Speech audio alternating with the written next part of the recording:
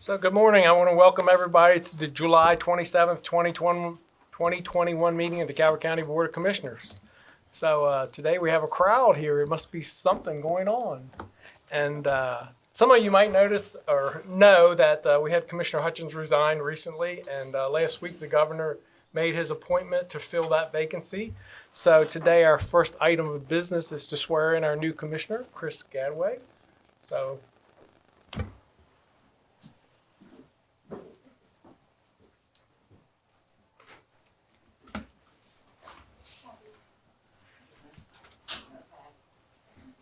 I'm going to have you raise your right hand, and you're going to be repeating after me.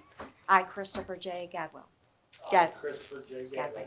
Do promise or declare Do promise or declare that I will support the Constitution of the United States, that I will support the Constitution of the United States and that I will be faithful and that I will be faithful and bear true allegiance to the state of Maryland, and bear true allegiance to the state of Maryland and support the Constitution and support the Constitution and laws thereof, and laws thereof, and that I will, and that I will, to the best of my skill and judgment, to the best of my skill and judgment, diligently and faithfully, diligently and faithfully, without partiality or prejudice, without partiality or prejudice, execute the office of County Commissioner for Calvert County, execute the office of County Commissioner for Calvert County according to the Constitution according to the Constitution and laws of this state. and laws of this state. Congratulations. Thank you.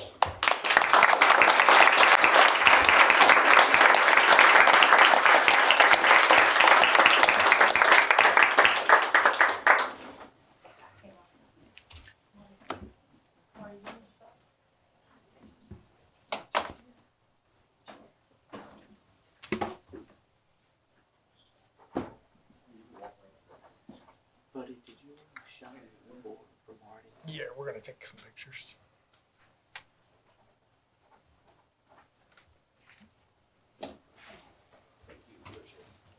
All right, now we're going to take some pictures.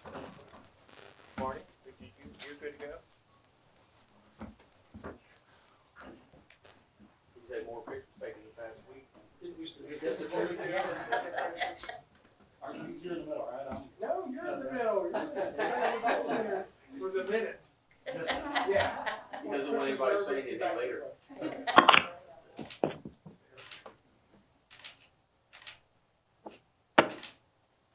That's what you do, Marty, muscle up in front of Kevin.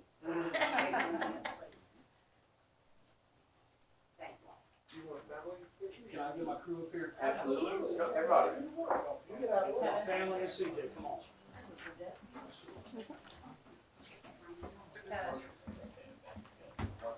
We start slowing down. One of you's got the right haircut.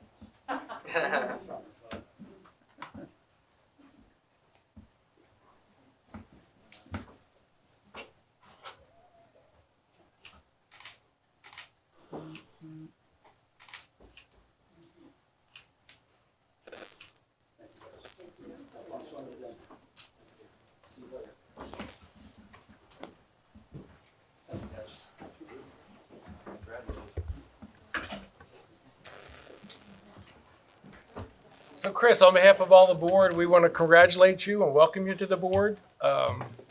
Whether you realize it or not, you just accepted a tremendous responsibility. You know, the future of Calvert County is in your hands, and you know, we know that you'll do well, you know, because at the end of the day, passion for this county is what drives all of us to do what we do. And so we're going to do our best to make sure that you get your feet on the ground and understand the system and how everything works, and that we can get busy and make sure Calvert County's in a future ahead of itself. It's I look forward to that. Thank you, Mr. Yeah. President. yeah, for sure. All right, we need to go to work. So at this time, I'd like to call Pastor Dana Jones up for the prayer. So for those of you that don't know, this is the first time since COVID we've actually had a minister in the house. Welcome.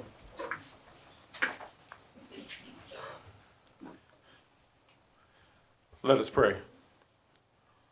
O Lord thy God, how excellent is thy name in all the earth. God, we assemble this morning in gratitude and in thanksgiving for all that you have continued to do and move in ways that we can only say thank you for.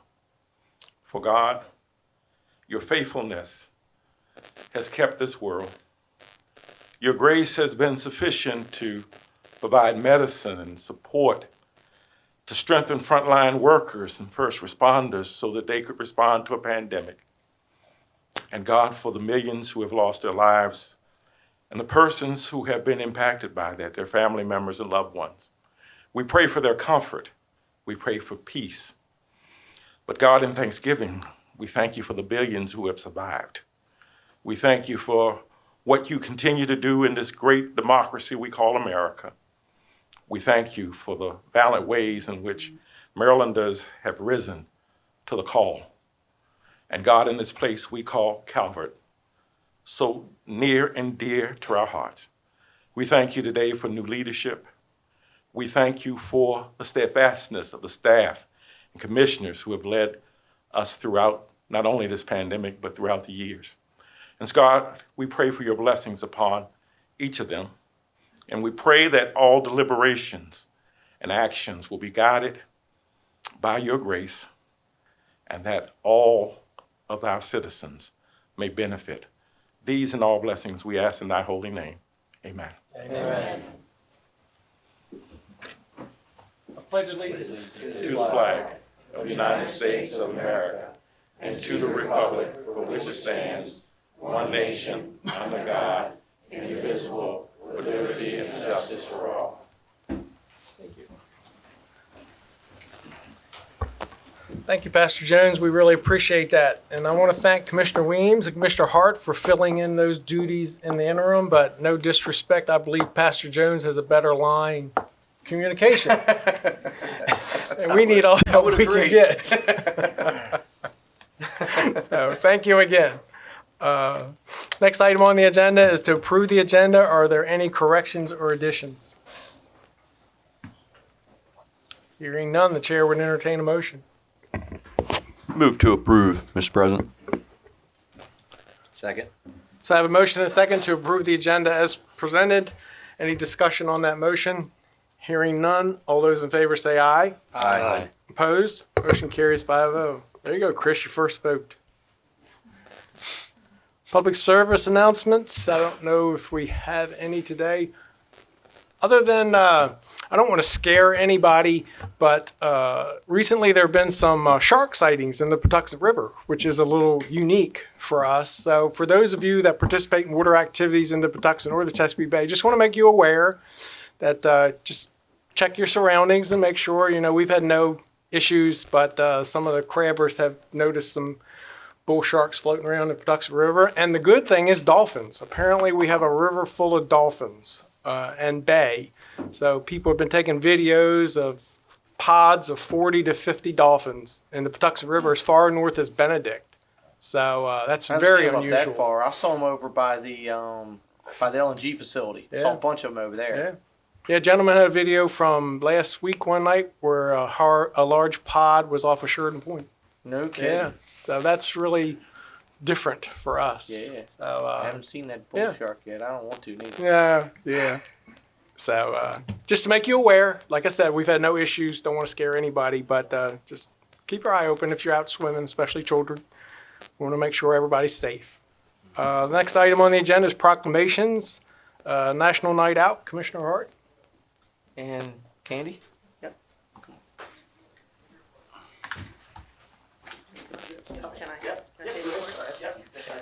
Thank you very much. Good morning, and thank you for allowing us to be here today. I'm Candace D'Agostino, the coordinator for the Calvert Alliance Against Substance Abuse, and we help coordinate National Night Out in Calvert County. I'd like to just mention a few of our special guests we have here today. Our board member, Joanne Faber-Tyrell, our law enforcement representatives, Lieutenant Jimmy Marins, who's the commander of the Maryland State Police Barrack, and Detective Sergeant Hunt. We also had two National Night Out community coordinators who were going to try to get here this morning. That would be Carla Hance from Long Beach and Michael Showalter from Oakland Hall. I'm not sure if they made it or not. This year we have 12 communities who will participate in that National Night Out. There was a change this morning. That's why I rushed up here. We'd gotten an email. Prince Frederick Village Apartments, Senior Apartments in Calvert Town have withdrawn their participation due to a staffing shortage. So I did correct a list and gave it to Rachel, so she'll have it to give to you. As we all know, National Night Out, the focus is police partnerships. So we hope everyone will come out and participate if their community has decided to join in the fun. And I'll go on to you, Do you Commissioner have Hart. anybody else? Do you have anybody else that wants to? Well, when we take the photo, can I call some folks out? Absolutely. I know if And- anybody else wanted to speak. And then if Lieutenant Mearns would like to say a few words, that would be fine. Colonel McDowell, do you have anything? Oh. Sorry, Dave, I didn't see you sneak in. You did sneak. I'm sorry, I didn't mean to. I was actually here the whole time. You just- No, that's not true. That is not He's true. undercover That is this week. not true. Undercover No, duties. it's not true. I'm sorry. I didn't see you coming. Good morning, everybody. I would like to thank Candy and what she does every year for this, and this really is an important event. It really gets us out there with the communities, and of course, COVID restricted that, and it took that special time away. It's really a great way for us to connect, to make new friends, to make ourselves known to these neighborhoods and these communities, and really be one inclusive part. So, thank you, and thank you all for supporting it. Hey, do you want to bring everybody up and then I'll read the That would be proclamation? great. Jimmy?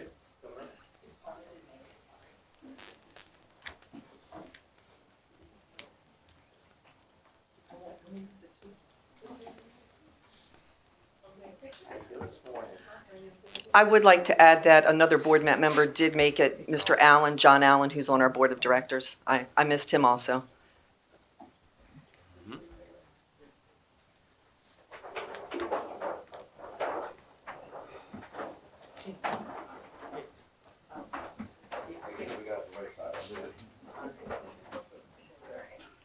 So, did you want a picture first or then you read it? Why don't you go ahead? Yeah, I'll have a picture first. Okay, good. Sound good?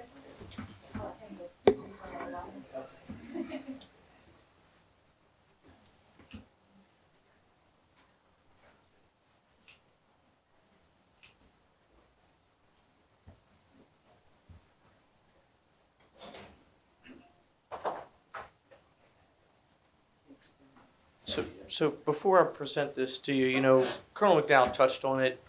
COVID really hurt how we do things in Calvert. We're a bedroom community. We talk to our neighbors. We know our neighbors. And, the men and women from law enforcement and our EMTs and our fire rescue, they're always there.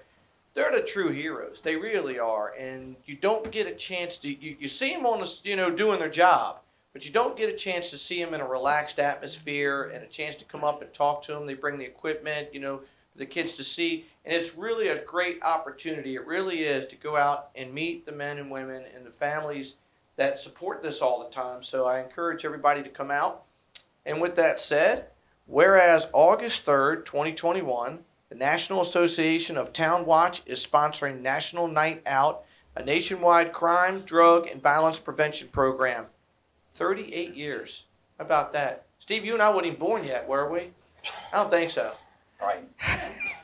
Whereas 38 annual National Night Out provides a unique opportunity for Calvert County to join forces with thousands of communities across the country in promoting cooperative police, community, and crime prevention efforts. And whereas the Calvert Alliance Against Substance Abuse, Inc. is a local sponsor of National Night Out and plays a vital role in assisting the Calvert County Sheriff's Office and the Maryland State Police, Barrack U, through joint crime, drug, and violence prevention efforts in Calvert County, and is locally supported National Night Out 2021. And whereas it's essential that all citizens of Calvert County be aware of the importance of crime prevention programs and their impact their participation can have on reducing crime, drugs, and violence in Calvert County. And whereas police community partnerships, neighborhood safety, awareness, and cooperation are important themes of the National Night Out program. Now, therefore, be it proclaimed by the Board of County Commissioners of Calvert County that August 3rd, 2021 be known as National Night Out in Calvert County, being further proclaimed that all citizens are called upon to join the Calvert Alliance Against Substance Abuse, Inc., Calvert County Sheriff's Office, Maryland State Police Barracks U, and the National Association of Town Watch in supporting the 38th Annual National Night Out event, given under our hands and seal this 27th day, July 21, signed by all 5 commissioners.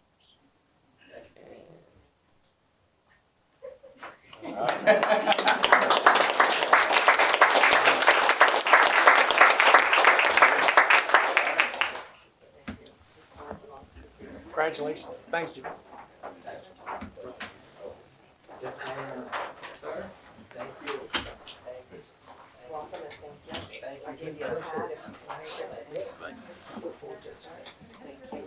Thank you. We'll make it to a couple for sure. Thank you.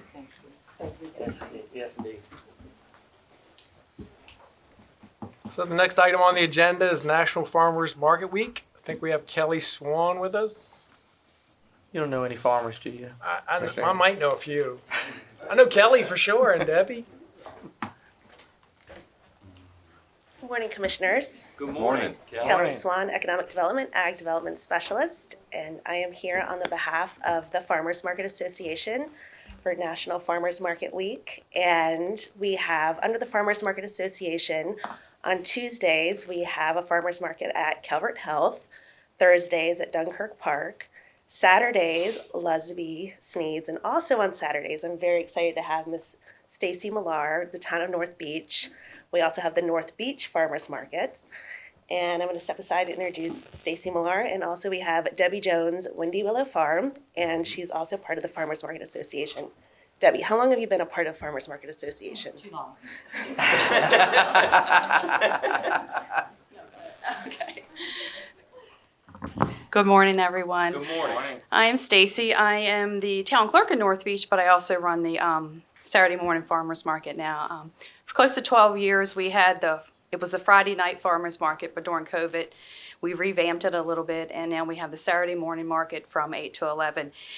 We changed the whole dynamics. It is now a small town farmers market. The community has embraced it.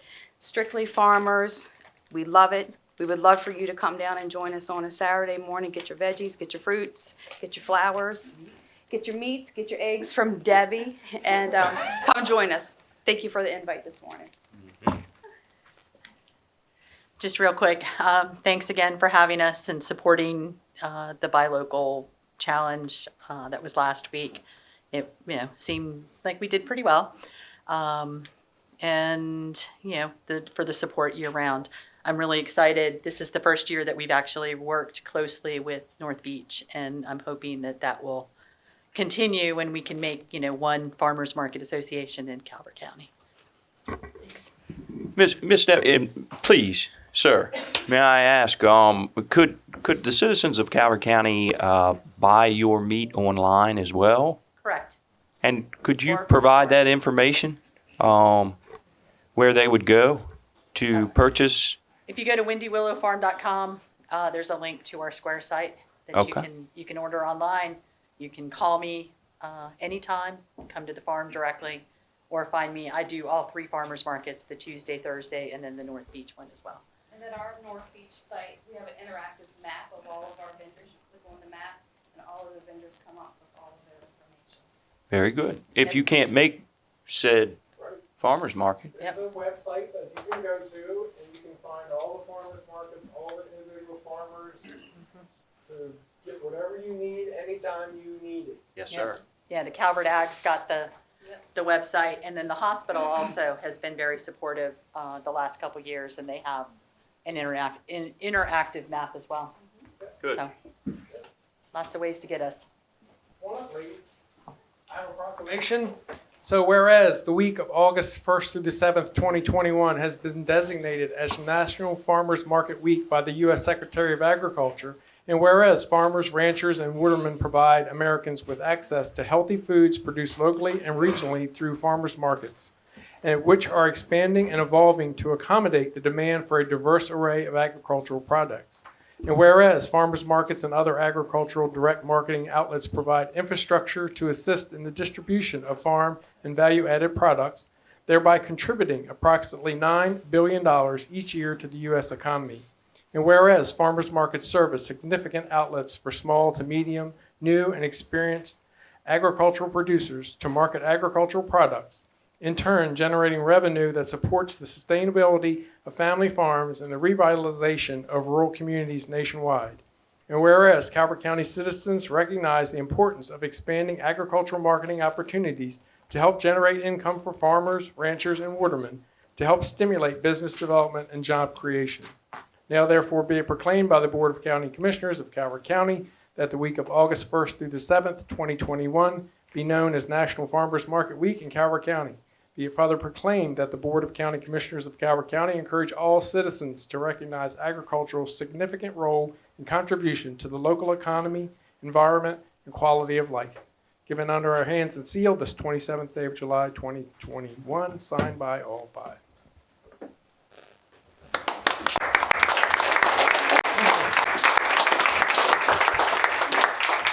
want us to come down, Mr. President, or stand up? I know, I was gonna say. I can't even take it. That would be even better. I don't want to bend it down too far. I don't want to lose the beach. You ready to squish in a little bit, kind of foreshadowed on the edges, that'd be great. Good. What's that ball? My microphone. Got it. Thank you very much. Thank you. Thank you. And this time we actually got it in the room. Thank you. Good to see you. Nice. Good seeing you.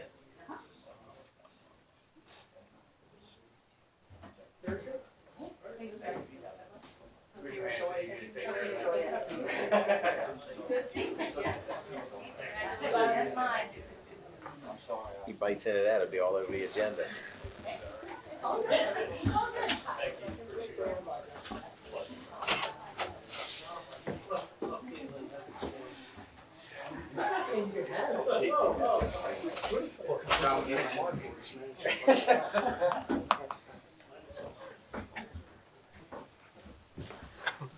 So, and I guess I should recognize we have Delegate Fisher with us today in the audience and his lovely wife. So we're glad to have you here with us today.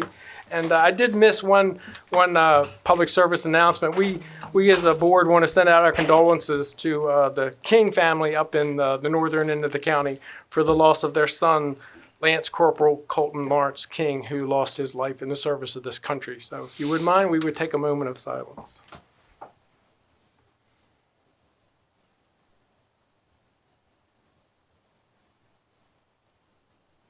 Thank you all very much. And as I said earlier, it's the cost of freedom. So we cannot forget what our freedom cost. The next item on the agenda is appointments. Deputy Administrator Vasallo. Good morning, Commissioners. We're going to walk through 5 rounds of appointments this morning. The first one's for the Ag Preservation Board. You have 2 vacancies, and there's a motion to appoint, staff's requesting a motion to appoint Thomas Briscoe for the position of farmer and Victor Freeland for the non-farmer position. Move to approve. Second. So I have a motion and a second that we appoint Thomas Briscoe and Wilson Freeland to the Ag Preservation Board. Is there any discussion on that motion? Hearing none, all those in favor say aye. Aye. Opposed? Motion carries. Thank you. All right, the second round of appointments is for the Huntingtown Architectural Review Committee. Staff is requesting a motion to reappoint Mary Ballard Jenkins. Should you appoint her this morning, that will take away all the vacancies and your committee will be full. Move to approve. Second. Have a motion and a second that we reappoint Mary Ballard Jenkins to the Huntingtown Architectural Review Committee. Any discussion on that motion? Hearing none, all those in favor say aye. Aye. Opposed? Motion carries 5-0. Thank you. Okay. Moving on to the Owings Town Center Architecture Review Committee. Staff is requesting a motion to reappoint Maureen Royal Don. And should you appoint that, today you'll have 3 vacancies that we're recruiting for. Move to approve. Second. So I have a motion and a second to reappoint Maureen Royal Dunn to the Owings Architectural Review Committee. Any discussion on that motion? Hearing none, all those in favor say aye. Aye. Opposed? Motion carries 5-0. Thank you. All right, number 4 is for the Solomons Architectural Review Committee. Staff is requesting a motion to reappoint Brett Hutchinson, Stacy Lynn Hutchinson, and Christine McNillis. Should you appoint these individuals, you will have 1 vacancy remaining that we are recruiting for. So moved. Second. I have a motion and a second to reappoint Brent R. Hutchinson, Stacy Lynn Hutchinson, and Christine M. McNeils to the Solomons Architectural Review Committee. Any discussion on that motion? Hearing none, all those in favor say aye. Aye. Opposed, motion carries 5-0. Next. All right, and the last is for the Calvert County Ethics Commission. Staff is requesting a motion to appoint Sonia Butler as a full-time member, move Lisa Arscott to a full-time member, and appoint Thomas McLaren as an alternate of the Ethics Commission. Once these appointments are done, should you do that this morning, you will have no other vacancies, and these will be effective August 1st. Move to approve. Second? I have a motion and a second to appoint Sonia Butler as a full-time member. Effective August 1st, 2021, move Lisa Arscott to a full-time member and appoint Thomas McLaren as an alternate of the Ethics Commission. Any discussion on that motion? Mr. President, I will abstain from voting on this. Okay. Any discussion on that motion? Hearing none, all those in favor say aye. Aye. Opposed? Motion carries 4-0. So as I say every time when we do appointments, you'll notice there are still vacancies. If you have any interest in serving your community, you've heard today we have vacancies in these particular committees. You can go to our county website. It will show you all the vacancies that exist. There's lots of need, and we understand it's time consuming, but you citizens are what makes the difference in this community, and we need your input. So we'd appreciate your participation. So the next item on the agenda is consent. I'll read through those items. The first item is Department of Community Resources FY22 CCFN agreement. Next is Department of Community Resources FY22 CCFN agreement with the Calvert County Public Schools. Item 3 is Department of Community Resources FY22 CCFN agreement with the Calvert County Public Schools. Item 4 is Department of Community Resources FY22 CCFN agreement with the Calvert County Health Department. Item 5 is Department of Community Resources Maryland Department of Aging Capital Improvement Grant application. Item 6, Department of Community Resources Environmental Health Budget Adjustment. Item 7, Department of Public Works United States Geological Survey Joint Funding Agreement for FY22. Is there any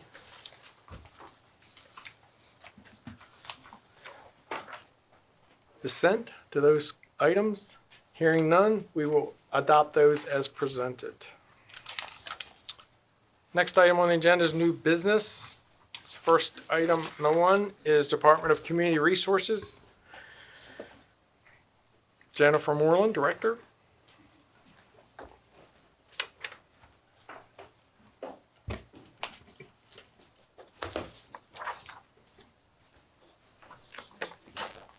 Good morning. Morning. Good morning. Good morning, Commissioners. Jennifer Moreland, Director of Community Resources. I will be reading the memo for you. Under the background, this is the request to establish the Calvert Commission for Women Fund. Background. Under their founding resolution, the Calvert County Commission for Women's, CCCW, purpose includes giving recognition to the contributions of women in Calvert County. Almost 20 years ago, the Commission partnered with the League of Women Voters to organize the first Women of the World event, an annual tradition recognizing the achievements of women in Calvert County who have made a difference and who continue to inspire the next generation. Discussion. The League of Women Voters acted as the fiscal agent for the WOW event for many years, but has shifted its goals and wants to return the funds to CCW to take over this task. On May 20th, 2021, pending approval of the county, the Calvert Commission for Women members voted to move these funds to a designated fund through Chesapeake Charities, a nonprofit foundation which provides a means for accepting donations and provides fiscal oversight and reporting for these funds to the county, state, and IRS through a single audit and annual 990s. The Director of Community Resources and Director of Finance and Budget would be designated donor advisors approved to make disbursements from the fund for the CCW recognition events. Fiscal impact. A total of $5,300 is required to set up the fund in the account, but the balance is available immediately for spending. The League of Women Voters is providing $4,295.61 from the closing of the WOW account, mostly funds that remain via carryover from the WOW 2019 and 2020 prior ticket sales during COVID-19 that were donated back. The Calvert Commission for Women would like to use $1,004.39 from their FY22 budget to make up the difference.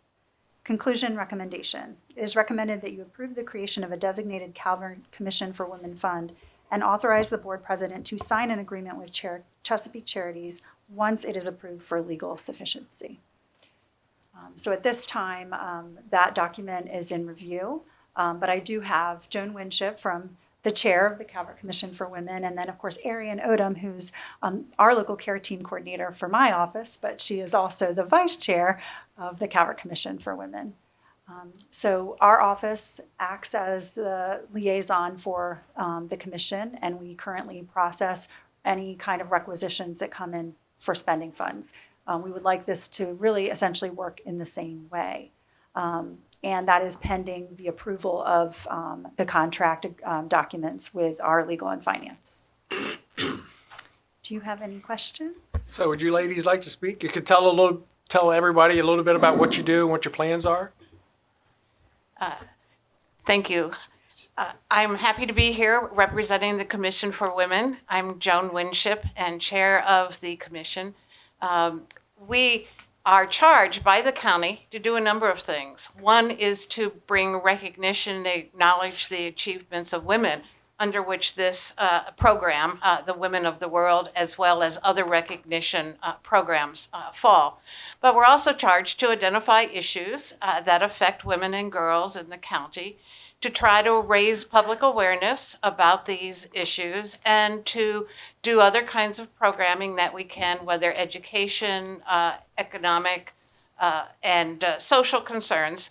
And we do that through a variety of things, through forums, through various programs that we have. Some annual. Ariane is chair of our October Domestic Violence Awareness programming.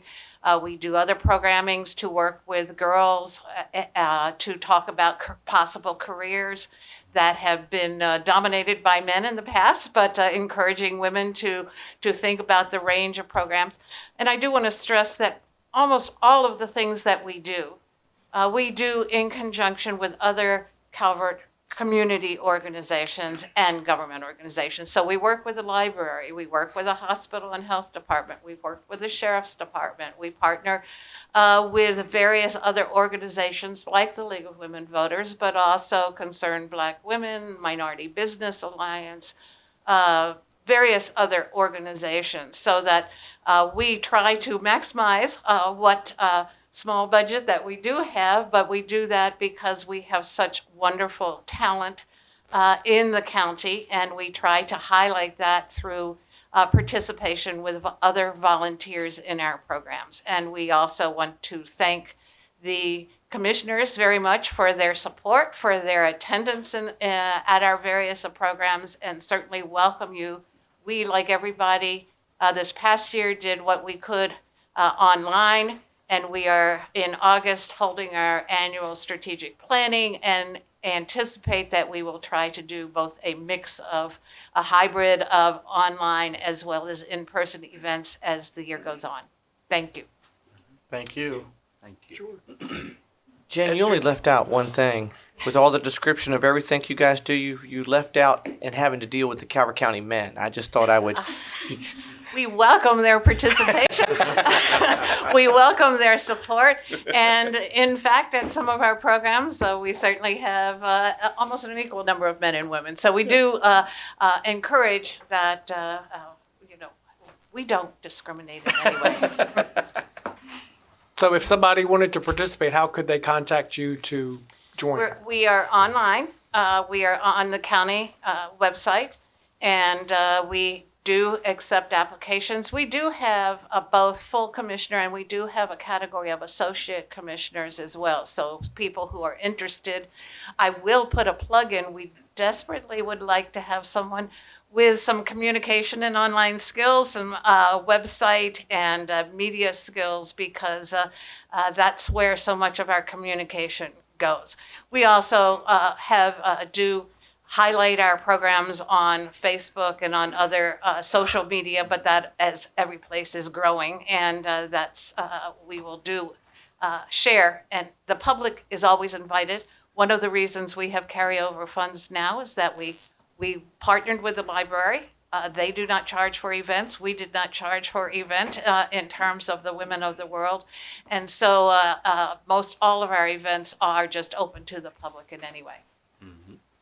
So there's your plug. Anybody out there, male or female, that has IT technology experience, they greatly appreciate some help. So we do, as Commissioner Hart said, we want to thank you for what you do in the community and all the various activities and events that you participate in, and to help improve our county and make it a better place. So we do appreciate that. Mr. President, I'd like to make a motion, sir. Yes, sir. I'd like to make a motion that we approve the creation of a designated Calvert Commission for Women Fund and authorize the board president to sign an agreement with Chesapeake Charities once it is approved for legal sufficiency. Second. Have a motion and a second that we approve the creation of a designated Calvert Commission for Women Fund and authorize the board president to sign an agency agreement with Chesapeake Charities. Any discussion on that motion? Hearing none. All those in favor say aye. Aye. Opposed? Motion carries 5-0. Congratulations. Thank you. Thank you. Yes. Next item on the agenda under new business, Office of the County Administrator.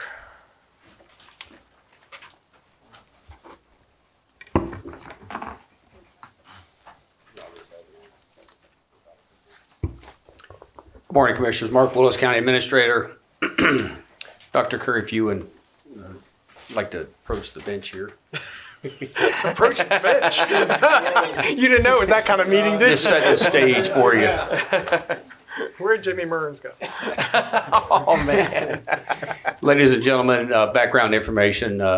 So first of all, Calvert County Public School Blueprint Implementation Coordinator is the topic, but background and requirement and the blueprint legislation is the appointment of an implementation coordinator. Discussion. The attachments that we have are letters that went back and forth between the Board of County Commissioners and the Board of Education. They were available for the public as well. Both the Board of County Commissioners and the Board of Ed have separate recommendations as to who should or could be assigned as the coordinator. Further discussion is needed to make that final decision. There's not a fiscal impact today because of that decision, but there no doubt would be in the future. Conclusion, recommendation, upon completion of discussions, a recommendation as to who will or how we will fill that position of implementation coordinator is requested from the Board of County Commissioners. And at this point, I know, Dr. Curry, you have a few slides. The first one's ready for you to go. So. We do, thank you. And with me is Kevin Michael, who we are recommending to be implementation coordinator. Do we need this device to change slides? Yes, sir. And I can do that for you.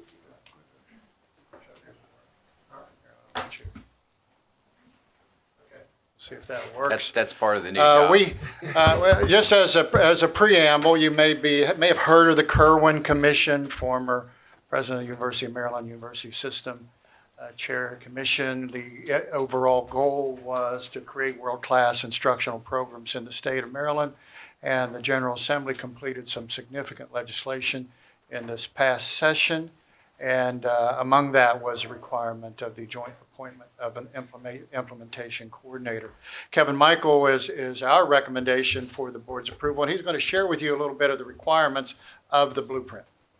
Okay, good morning, Commissioner. Good morning. Good morning, Kevin. My name is Kevin Michael, and I currently serve as the Director of Procurement and Resource Management. I've been in Calvert County for 4 years with the school system now. And to talk a little bit more about the blueprint, the goals of the blueprint, as Dr. Curry mentioned, is to transform the instructional program to a world-class system in Maryland Public Schools. And also the second goal is to establish a career ladder for educators so that they have ways to advance and gain authority, status, and compensation as they gain certain expertise. So those are the two main goals of the blueprint. The blueprint has 5 major focus areas. The first is early childhood, in which it is going to expand the availability of full-day pre-K opportunities. That would be in part through the use of private providers. The administration of kindergarten readiness tests to measure student preparation for school. The second focus area is high quality and diverse teachers and leaders The blueprint would call for a review of hiring practices and teacher preparation programs offered by colleges and universities. The third focus area is college and career pathways. The blueprint would convene a state-level committee comprised of business officials and other stakeholders to review educational requirements to ensure that students are prepared when they leave school for either college or careers, and that also schools must implement a system to measure student performance towards graduation. Are our students on track? And they must offer extended curriculum opportunities for those students who by grade 10 are not meeting the college and career readiness standards. Fourth area is for funding, and the blueprint has an extensive set of language in legislation about funding and how that will be calculated at the state level to ensure there's a successful completion or implementation of the blueprint. And finally, governance and accountability. With this broad law, it will develop a new board. It will be called the Accountability and Implementation Board at the state level. It will be comprised of 7 members. And that board will be responsible for the statewide implementation of the blueprint. The board have had nominees. The AIB is going to be convened very soon, and it will begin its work. And it will be able to require reports from the local school systems and do analysis of how well we are meeting the implementation. And the AIB also has the authority to withhold funding at the state level for the implementation of the blueprint if the local school system is not implementing it with fidelity.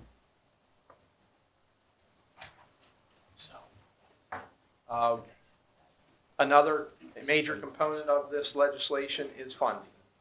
The legislation increases the state funding for Maryland public education, and on the slide there you can see the proposed annual increases for Calvert County.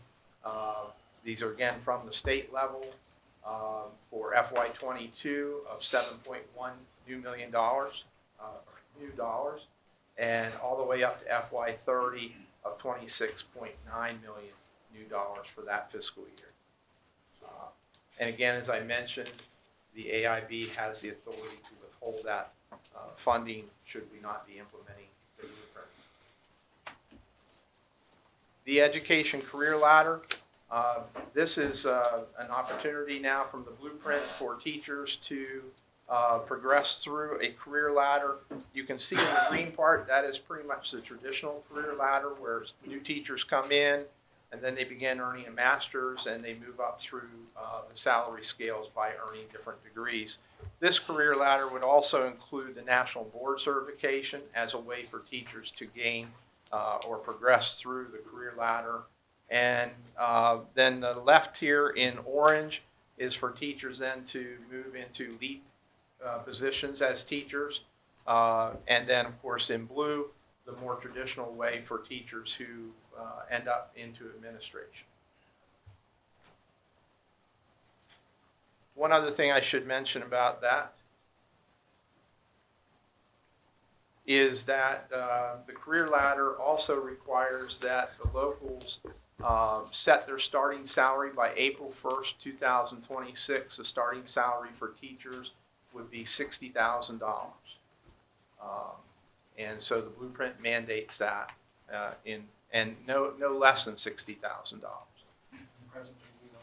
Presently, we have our new teachers start at $50,500. So we have a ways to go by July 1, 2026 to get. How does that compare to the surrounding counties, St. Mary's, Charles? Do you know? Well, presently our 50,500 is ranked, I think, 3rd in the state. So we're generally ahead there. Okay. And overall, our teacher salary schedule has been one of the most competitive. Are the other counties raising theirs Certainly also? they are trying. I think the best was Washington County. Is that right, Kevin? You recall? I think Washington County got up to 55,000 for starting salary, but others are still working their way. I mean, they're barely at 50, let alone 60. Mm-hmm. And Now- sometimes when the salary is at 55,000, you might be frozen at 55,000 for the first X number of years. And so it's a way to get to a higher number of starting salary, but then Year 2, year 3, year 4, maybe you stay at the same salary. Now, when that goes in effect, is that also going to have almost like a waterfall effect where everybody else, like somebody's been there 5 years, 10 years, or is that only going to affect the starting salary? Well, the legislation certainly wants us to incent folks. It encourages to incent the existing teacher staff to join the career ladder. Right, but is that discretionary on your level or is that state law? I think what you're going to find is it's negotiated locally with your local union. So it could be that things that everyone gets a raise, if anybody gets a raise, which is often the traditional way, but it could also be separate tracks where at a certain point on the schedule, all new teachers are placed on the newly defined career ladder. Right, because you know where that's going to happen. Somebody's at 55, somebody comes in at 60, they're going to say, I've been here 5 years. So you can already smell that happening. Right. So you done any fiscal analysis of what that potentially could look like? Not at this time. No doubt about it there. It is possible we may, once again, these are all subject to negotiations with our unions. And the idea is career ladder starts for every new hire at a certain date. That doesn't necessarily mean everyone who has been working for us automatically shifts into the career ladder. We could conceivably offer parallel programs for compensation. So those yet to be developed. Commissioner, if I could, I think what we're here to talk about today is who's going to be the implementation coordinator for a local plan that's going to address issues like that, but is yet to be developed because the evaluation criteria will not be available at least until mid-February, probably April of next year. So the focus today should be on who is going to make sure that the county is meeting the objectives of its local plan and demonstrating that to the state. Thank you, Counselor. Thank you, John. The last slide is Speak directly into it, it's not picking you. okay.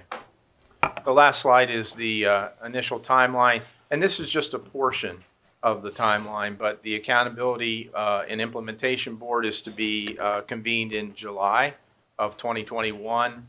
As Mr. Norris just mentioned, the Implementation Coordinator is to be appointed in July of 2021. Then there are some things during this school year that 21-22 school year as far as measuring the student progress towards graduation and developing a program of study for students who haven't met the college and career readiness standards by the end of grade 10. Moving on down the timeline, we also have in April, MSDE is going to develop the criteria for the local implementation plans. And then in June, as Mr. Norris mentioned, we're going to use the criteria that the AIB and Maryland State Department of Ed have developed to submit our implementation plans, and those are due by June of 2022. And finally, the last one is, again, just as a reminder, by July 1, 2024, we must implement the career ladder for Calvert County teachers, and any teachers hired on or after July 1, 2024 must be placed on that new career ladder. So outside of the discussion about the implementation coordinator, there obviously is going to be increased costs in the years to come. There are some already built into the legislation requiring a specific compensation for someone who might be national board certified, someone who's national board certified working at a high poverty school, someone who is a master teacher or whatever category. Each of those calls for a significant compensation increase. And no doubt from your point of view, what's the local share going to have to be? When it comes to the implementation coordinator, it's obvious we have lots of reporting to do from the local education agency. And what we have proposed to you is approval of Mr. Michael to be our implementation coordinator and appointment of a liaison from the commissioner's office or the county administrator to work with him and stay in touch with him on matters regarding the blueprint.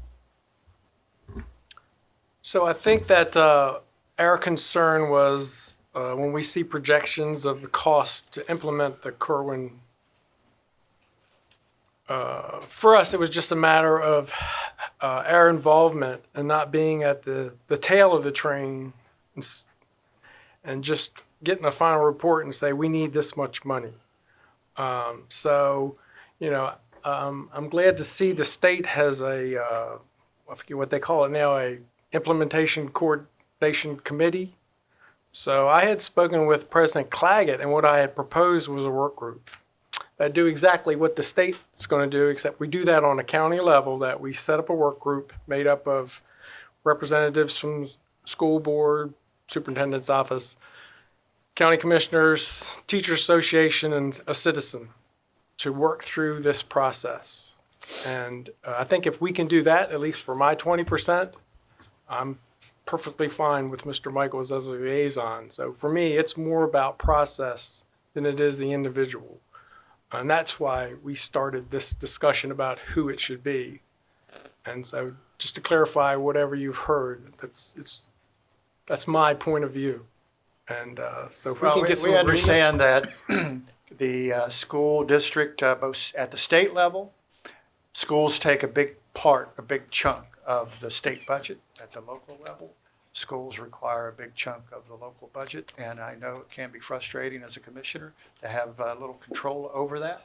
That is the way things happen to be set up, but certainly we can have a group that can meet periodically and at least stay in touch with progress. It's a big undertaking for the state of Maryland with some lofty goals, and Calvert County usually is known for being in the lead, and we don't want to stop that.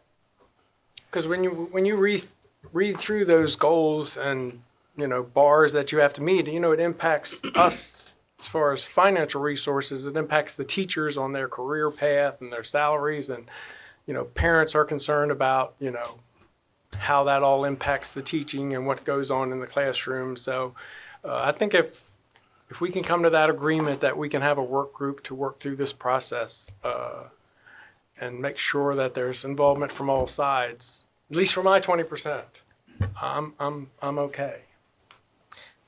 So for me, and I'm in line with Commissioner Hans, except for this.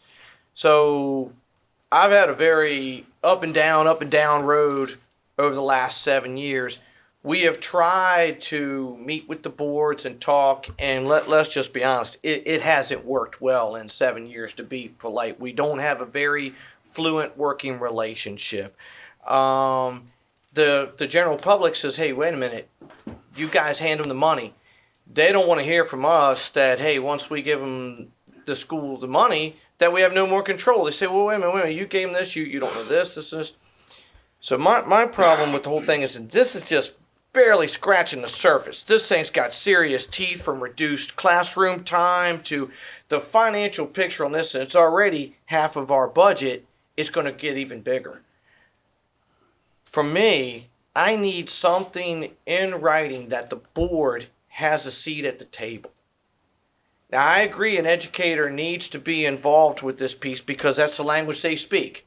You know, probably somebody from our staff would have to get up to speed, and I'm all about that as well. But you are probably the most qualified person probably sitting here today. But this goes long. You're not going to be there 30 years. Boards change, superintendents change, Board of Eds change. The county needs a permanent seat at the table, in my point of view. Because, please, thank you. Because, you know, I remember when there was no steps, and before we put in the funding formula, I got persecuted for saying that, hey, look, you know, the retirement fund, give me the acronym, Steve. OPEB. OPEB had to be funded by law. Man, trying to get that translated was like pulling teeth. It was now everybody's like, wow, you know, we've only got, I think, 2 generations of it funded. We have to have a real seat at the table, because there's just, and I'm not throwing rocks at anybody, but boards come and go. There has to be, if we're going to be doling out so much of the budget, I mean, we need to have a vote. And it's just, I can't vote for anything that doesn't have that, to be quite honest, for the simple fact that we get along today in this room, but we're not here forever. We just rent these seats, so, I mean, I could be fired next June, so that's just my 20% that I think with the amount of money that's going to go out, and like I said, this isn't even touching 1% of what's coming around the corner. No disrespect, it's not a mistrust issue. I'm just a business guy, and I just want something in writing on paper that no matter who's here, we're just interchangeable, that there's a process where the county has true say in it. Because the folks, and I know I'm going on long here, I had a friend of mine one time, and he was banging on me about a state road. And I said, this isn't even our road. He says, you don't get it. You're my representative. He says, when I come to you, I look at you as the government. I look at you as, hey, I voted you in. And he was right. And sometimes you kind of go, well, this isn't mine, it ain't mine. And folks just don't look at it that way. They go, it's all yours. So if we're going to send the money over and we're going to be held responsible, I want to have some say in it. Just my 20%. Anybody? Commissioner? Dr. Curry, thanks for coming in this morning. It's a pleasure meeting you. I'm sure that there's a lot of parents that are watching online right now that, I don't know, as a school board, it's a little off topic, but a tangent. Have we figured out when school's going to start? Is there going to be full-time or masks going to be required? Is any of that information available yet? There are a lot of things been discussed so far. I mean, we've said it is our intent to start school with everyone present and full classes. A few little details about safety are yet to be worked out, and we'll be announcing some of those details soon. Every day there's more news and more recommendations from healthcare professionals. So, and when it comes to some of those issues, we know there are some who are not going to be happy with us, and we know there's going to be some who are going to be really happy with us. So, stay tuned. We look forward to hearing that. Thank you. I, along as most parents and citizens, I don't know that we fully even understand Kerwin. We've spent a lot of time looking at it. I don't understand it fully. Has there been any parent forums or anything like that that you guys have held in order to help people understand what Kerwin is about locally? I can't say that there has been, because this has primarily been a state initiative, and it's been there was a body, the Kerwin Commission, with representatives from all over the state who developed these objectives and presented them to the General Assembly for conversion into law. And now we have the AIB that is being appointed at the state level, who will no doubt be responsible for giving us more guidance. So there's not much for us to decide. There is more for us to do and determine just what some of these specific requirements look like locally, to whatever extent there might be for local nuances and local decisions. Once again, so much of it is rooted in, who can't be in favor of more expansion of pre-K? Because it has such an important role in students being ready to learn. But many of the other steps are a big part of what becomes a union negotiated contract. And there's some legal stipulations there that limit my power and your power and others, that are, and limit County Commission's duties and the Board of Education's duties. So those all play a role too, as we work through what we can do. With that being said, are you guys planning on having any parents' meetings to get input from them into any of this? Because ultimately they are the ones that have the power. They are the parents, the taxpayers, and those people, as you say, we don't have the power, you don't have the power. The taxpayers and the people are the power. I would say I'm a big fan, just as county commissioners are, of having public input when you have a specific decision to make. Whether it be the Planning Commission has this particular item that you want public input on. We have public meetings on our budget when we present the budget, and then we invite people to comment on it. To have a public meeting just to hear everyone's opinion that without any focus about here's our decision, this or that, or this or that, or that, doesn't play out very well. So certainly when there is a time for some decisions to be made, I think is the time to ask the public so they can come with more specific focus on here's what our dilemma is, here's what our debate is about, and not just blank sheet of paper, what do you want to talk about? Okay, so are you in favor of having parents at these meetings, or are you in favor of restricting parents from coming to the meetings of school board and talking about different items? First of all, let me clarify, I work for the school board. Okay. They decide to have a meeting, I'm there. Understood. So, but my advice to them would be, when you have such meetings, have purpose. Mm-hmm. Have a goal, and not just a goal of public input, but what is it we want to hear public input about? Because this is a decision we are weighing, and what's your thoughts on this? All right. Well, the reason why I was asking these bills is Delegate Clark introduced House Bill 1357 in Annapolis, which would have required school boards and superintendents to make sure that the school board meetings are open to the parents and allow parents to come in and speak. And I was really surprised to find out that you were opposed to that bill. And it kind of gave the impression that you're opposed to having parental input into school board matters. And with that being said, I was trying to figure out if that was the position of you and the school board, it would be very, very difficult. This is where I'm tying this in to the implementation. It would be extremely difficult for me to not have the blueprint implementation coordinator stay with this side, not with the Board of Ed. Well, if you've been a watcher of Board of Education meetings since I've been here, you wouldn't be questioning whether the meetings are open to the public.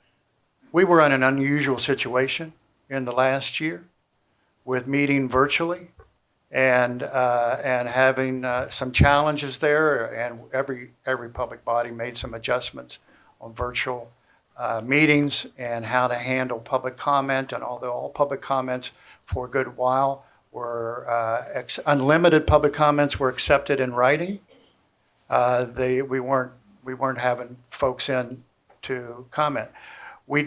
Our reason for opposition is we thought that was not something that needed to be legislated because it wasn't representative of our past practice nor representative of what we intend to continue. Well, it seemed to me at the last meeting, it was exactly representative of what you guys did at the last Board of Ed meeting. It was our first meeting in public. It was our first meeting where the door was open to the public. We did limit number of speakers to 10, which is exactly what the State Board of Education does in the state of Maryland, has a limit of 10 speakers, and then they get on with the business. Many other school boards have a limit, some 5 at the beginning and 5 at the end. Others are unlimited, mainly because they don't have that many speakers. So it is a beginning, and the Board of Education could decide to open that up, but that's how we started our first meeting in the public last 2 weeks ago. Thank you. Mm-hmm. Commissioner McConkey or Commissioner Weems? Comments, questions? I have none. I'd like to make a motion. And then we can discuss the motion. First, Mr. President, I'd like to make a motion to recommend Kevin Michael to fill the position of implementation coordinator as requested. And number 2, I'd also make a motion that we jointly form, promulgate, or stand up a work group with stakeholder involvement to go over said blueprint. That's one motion. That's one motion. 2 parts, one motion. Gotcha. So my question is could we have a coordinator on our side and a coordinator on your side and work collaboratively?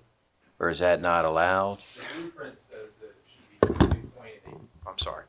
The blueprint indicates that it should be a single person implementation coordinator that's appointed jointly between the Board of Education and the Board of County Commissioners. Okay. What do we do It doesn't say about a liaison or some other partnership. What do we do if we can't Point- come point of upon an order. agreement? Point of Yes, order, sir. we have a motion on the floor without a second. Okay. We do. Is there a second to the motion? And that can open up discussion. There's no second to your motion, so it dies. Okay. You can continue with your question. So that was my question is, you know, if I thought that maybe we could collaborate. So what do we do if we can't come to an agreement? What are our options? Because we seem a little stuck here between all of us. Who knows? This is all new territory. It would be something that would be passed on perhaps to the AIB. It says, you know, Calvert County Commission and Calvert County Board of Education cannot agree to jointly appoint an implementation coordinator. Once again, you know, I've made my arguments clear. This is school stuff. And the reports you see require the LEA to report. They don't require the Board of County Commissioners to report anything. The overall responsibility from the legislation is for the school system to get these things done and to do them. And the reason for the joint appointment, you know, is really unusual in that there wasn't a whole lot of information in there. It was just kind of stood alone there for the requiring this joint appointment, recognizing the need to work together. And I won't disagree with your analysis of, you know, background for the liaison coordinator, whatever you want to call him. But at the end of the day, it's money. And it's a significant impact to teachers. And I've stated where I am. And there's just, you know, and I came into this position with a funding formula in place, which I know we could have gotten rid of at any time we wanted to, but, you know, it's sort of, you're on an auto drive. You know, you're getting your MOE every year, you're getting extra money every year, and that was agreed to before I got here, but you know, and I'm not saying the funding formula is not a bad thing, but at budget time, it sort of was troubling that you're sitting there, and when you start calculating your budget, school systems automatically getting another $8 million and really don't have any say. So when I look at the Kerwin issues that are coming and the costs associated with them, I think that what you're hearing from us today is we want a greater role in how that money, and so at least when you come with your hand out for $8 million, we've got a better understanding of how we got there. And it's not just you walking in the door one day and saying, I got to have $8 million more dollars. Because $8 million to us is a lot of money. And I don't know if it's 8 from us or it's shared from the state. We don't know that yet. But we do know it's going to be 8 to 20 some million dollars. I think that's a pretty clear consensus. And for us, you know, we have a responsibility to the taxpayers. And education is our most important role that we play, is making sure that our children get the best education they can get. But we also have a financial responsibility. And I think for at least me, you know, I want a better handle on where that $8 million is going and why. And that's why I think we've had this discussion about who should be the coordinator, just to get our foot, as Commissioner Hart say, seat at the table, to make sure that we've got a seat at the table so when the request comes, whoever our representatives can explain to us exactly, you know, this is the right, you know, these dollars are being spent right, they're going to meet the mission. And it's not a matter of distrust. It's just a matter of, you know, the responsibility I feel for those people out there. That if I'm going to vote for this at some future point, if I'm still here, as Commissioner Hart says, we all may be gone by then, but to have a process in place where there's better coordination between all those parties that have the most impact is my goal here today. You know, so however we five can come to peace and fit together with you all is our goal. You know, we're not trying to be adversarial. We certainly have no issues with Kevin. So I don't want him to think that this is about him or you, Dr. Curry. This is all about the responsibility that we feel and the path going forward. And I understand that it's not just you, it's the school board involved too, but, you know, you're here today. So, I think a good example is, you know, you look when we want to bond a project. We look at it as a group and say, okay, we want to bond this. And we could have support of the citizens, we could think it's good, but we still got to send it to the delegation. And they have to put their stamp on it, and it's the process, you know, and it's another set of eyes where delegation sits back and looks at it and says, okay, we're good with it or not. And we need them to put their name on it. Well, when we ask them to put their name on it, that's a level of responsibility. Somebody goes back to the delegation and says, hey, you know, you guys, they bought an airplane and you guys signed off on it, you know. So because we're involved with the financial responsibility, that's where I think it's important that no matter who's sitting here, that there's a process in place. And it's almost like a checks and balances. You could have the best school board, the best board of county commissioners, and you could have the worst. I mean, I think we've seen a mix of everything in the last probably 20 years of some people really shine, some people, it wasn't for them. But I think if the process is in place where there's another set of eyes and everyone's involved in it, I think we'll make a better stab at it, because we all know the word unfunded mandates. We're seeing it right now with law enforcement. All this money the state's been doling out like candy. The bills come and due. No politicians ever cut education because it's always for the kids. They cut infrastructure, they cut other things, but they won't cut that, but they'll cut something else, and it's going to come right back to here.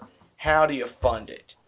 And so if you don't have a good working relationship, and if we don't have something in place that says you must work together, then how can you make a good decision? Because the Board of Ed could turn around and say, we don't want to talk to you.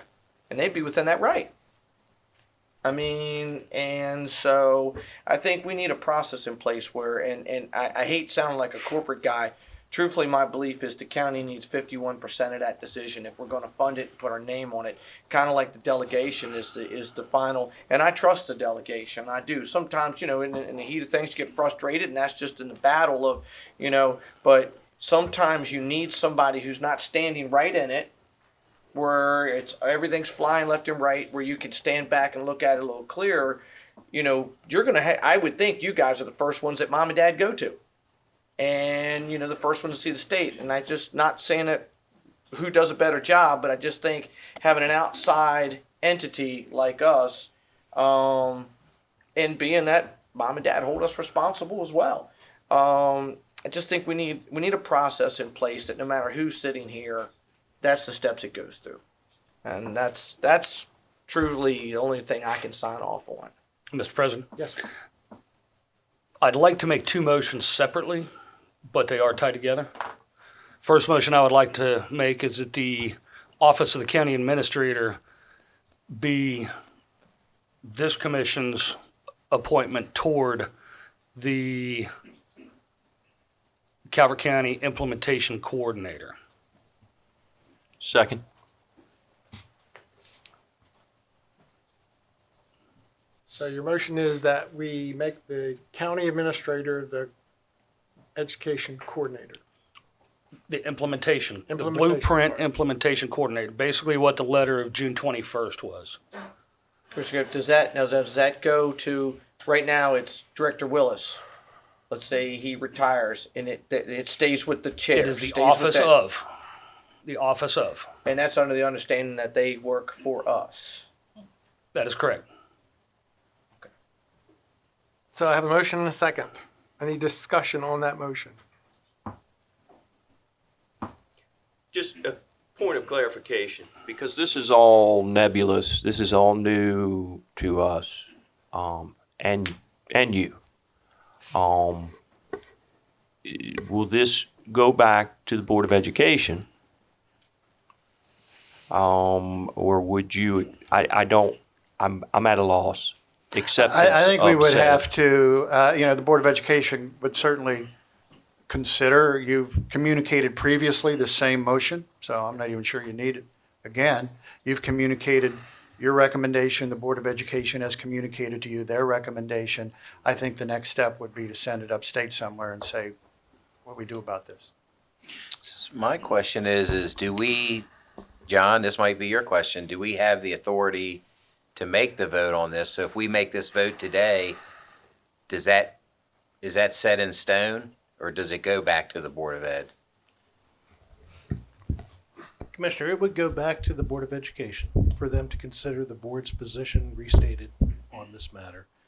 But I think it also is important to divest the creation of the local plan from the appointment of the local coordinator for implementation.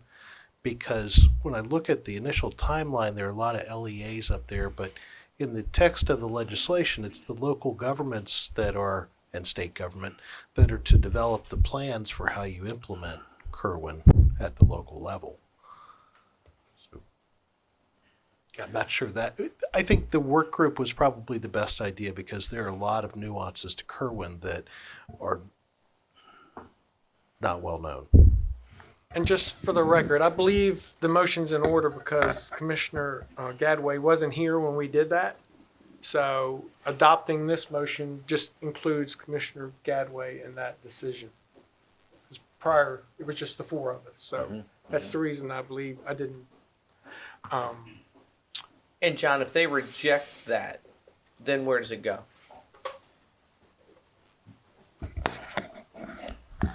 There's no clear answer on that. As I mentioned, Mr. President, there is a second motion pending the outcome of this motion that may. That's why it's hard to do two separate. Right. Commissioners. And just for the record, for those of you listening out there and in the audience, the Board of Education made a similar vote to appoint Kevin. So Right. This could just keep going back we're and just forth. we're just in a negotiation here, I guess is where we are. Or maybe I'm wrong.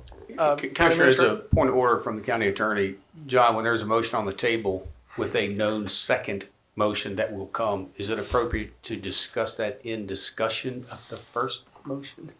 Because I'd be curious as to what the second motion is that might have relevance on the vote. I don't know. I've never had this happen before, so. So Mason's does allow discussion on what is broadcast as a second motion that may be coming, but you can't obviously debate or discuss, or you can't debate it and decide the second motion unless it's an amendment to the first. So Gotcha. if you want to share So with the second we could hear it, just not as a motion. Correct. Okay. Mr. President, may I share an idea with you? Yes, you can share it. I would love to hear your idea. The concept is, or my idea, is to go along with what you were earlier saying in reference to a jointly populated forum, work group, whatever it ends up being. I don't think that we would have the ability to define that exactly today. No. But it would be the motion that would put that in place the idea that would put that in place. And that idea, if it were to become something else, could also accompany the original motion back to the Board of Ed for their consideration. Because the idea is that we could work out the details between the two of us on how the work group Formation would be moves formed. forward. Correct. Yes. Your idea. So we have a motion and a second on the table to appoint the county administrator as the coordinator. Any more discussion on that So motion? on that, and we cannot discuss That that idea. part. It's right? just an idea. So just on the part of the county administrator, I'm fine. Any other discussion? Hearing none. All those in favor say aye. Aye. Opposed? Motion carries 5-0. The floor is open for further discussion and ideas. Go ahead and take that. That was your original motion. Oh, okay. The Yes, first sir. and the second half of that. Thank you, Commissioner. Mr. President, I'd like to make a motion that we jointly form, promulgate, or stand up a work group with composition to be forthcoming in the future to assist with the implementation coordinator for said subject matter. Is there a second? Second. So I have a motion and a second that we work together to form a work group and we formulate how that group will be set up, how it will proceed. Does that capture your motion?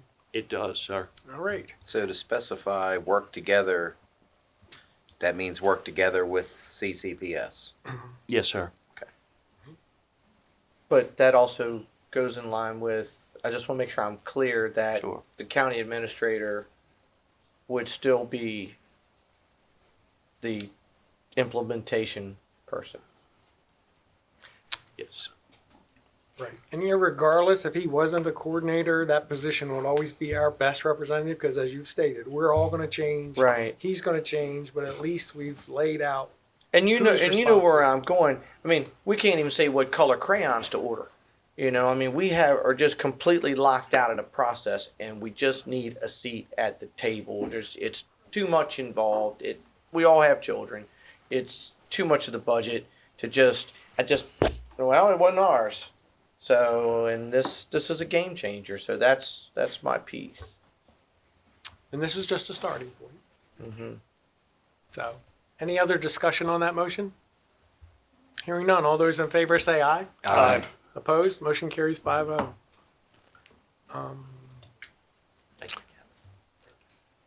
Thanks, Doc. Anything else while I'm here? Well, as you know, you've been getting a lot of emails. Oh, okay. I'm sorry I asked that question. We've been getting a lot of emails about curriculum and the policy that was adopted. And I know you're not the Board of Education, you're just the superintendent. But, and as Commissioner Gadway alluded to earlier, we've been hearing about the 10 limit on comments and people feel repressed. So I don't know what you can tell us about the curriculum changes that are going on. You've hired an equality coordinator, if correct? What? Did you hire an equality coordinator? No. Or you have one on? We've had a supervisor of equity Okay. for 5 years. Is that right? That's equity versus equality, correct? Two different Equity, things? correct. Yeah. Okay, understood. And 6 years ago, the Board of Education went through a process to establish a strategic plan. And it was broadly community involvement, staff involvement, what should be the priorities of the school district. And they identified 5 priorities, and equity was one of them. And our equity work has been ongoing for a good while now, and making good progress. And Mr. Gadway, if you'd like to stop by someday, I'd be glad to chat with you about where we started and where we've been and what we mean by certain things, because there are a lot of folks that grab certain phrases and capture them and make them their own and say that's what we mean, and it's not. I have said last 2 Board of Education meetings, there's no curriculum for critical race theory. We are not teaching critical race theory. It's not been on our agenda, and show me differently. And so if you'd like to get more into the progress we've made, some of the discussions and some of our what is meant by equity, be glad to spend some time with you. Right, I understand that there is a significant difference in some of the, I'm not going to say curriculum that was sent out, but some of the paperwork that was sent out in reference to the difference between the equality and the equity and the ultimate outcome. Just so I understand it, what do you look at as the actual definition of equity in the outcome of what the curriculum that you're, not curriculum, I'm sorry, the information that you're giving to the teachers and or other educators? One of the simplest definitions of equity is the unequal treatment of unequals, in that we are not all equal. We understand, and I think you understand, the reason why in schools you have special education, or you have a speech therapist for someone who struggles there, or you have a gifted program, or you have advanced placement courses, and you have basic courses. Those are all unequal applications for different needs. And at the end, every high school graduate graduates with a high school diploma. And they're all considered the same, but each of them got there by traveling a different pathway. And in your answer to the question on the word equity, you answered with a lot of the words equalities. And so just for clarification, does anywhere in the Calvert County Public School System use any type of physical appearance of a student to decide whether they should be encouraged or disencouraged to go into any type of different curriculum? To a certain extent, we are required to collect data and report data on student progress as well as discipline and things like that, and to break it down in various ways. So if you take data on on graduation rates, we're required to break down our graduation rate based upon race overall, and then what's it look like on race? What does it look like for students who are on free and reduced lunch compared to everyone else? What's our graduation rate look like for students who don't come into Calvert County as native English speakers? All of that, we break it down. The state test scores, it's all there on the state report card at the State Department of Education website. Our test results, and then those test results are broken down by ethnic group, by race. It's required.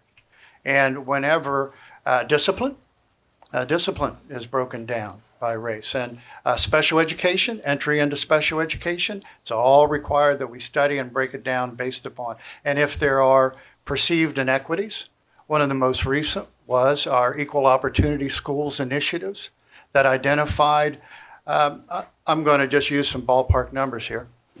At the high school level, if 50% of our white kids enroll in advanced placement courses.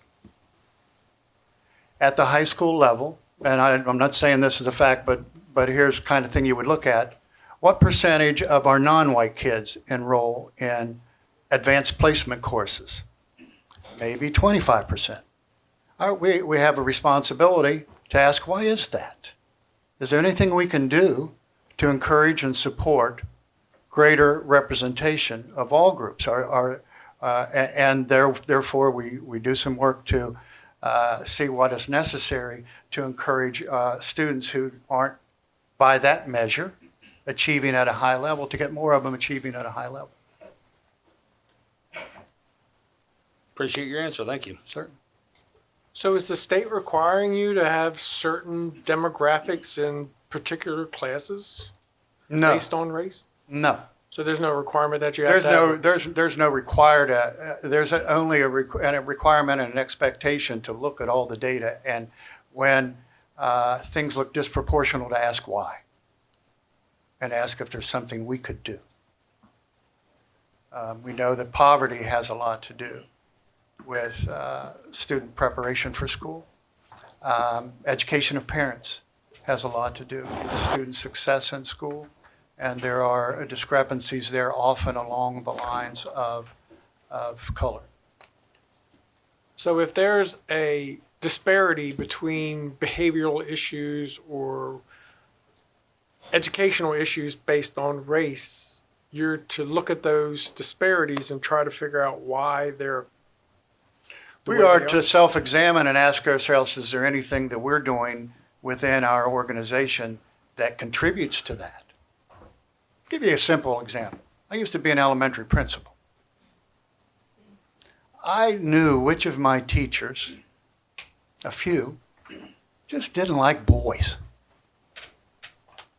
They got sent to my office at a higher rate than girls. Those same boys in another teacher's room might not be a problem. It was my responsibility to deal with any teacher who might be, maybe need to have some help in making developing a different attitude or different point of view on working with students who are not all the same. And, it's a simple example, but we have a responsibility overall to our entire community to raise the achievement for all. Absolutely. I think we all share that goal. Any other questions, comments? Well, we appreciate you coming in. We've taken some actions today that I'm sure are going to create counter actions, but that's what negotiation is all about. And we look forward to that contact. And we are getting a little behind schedule, so. Thank you. Absolutely. Thank you. Thank you.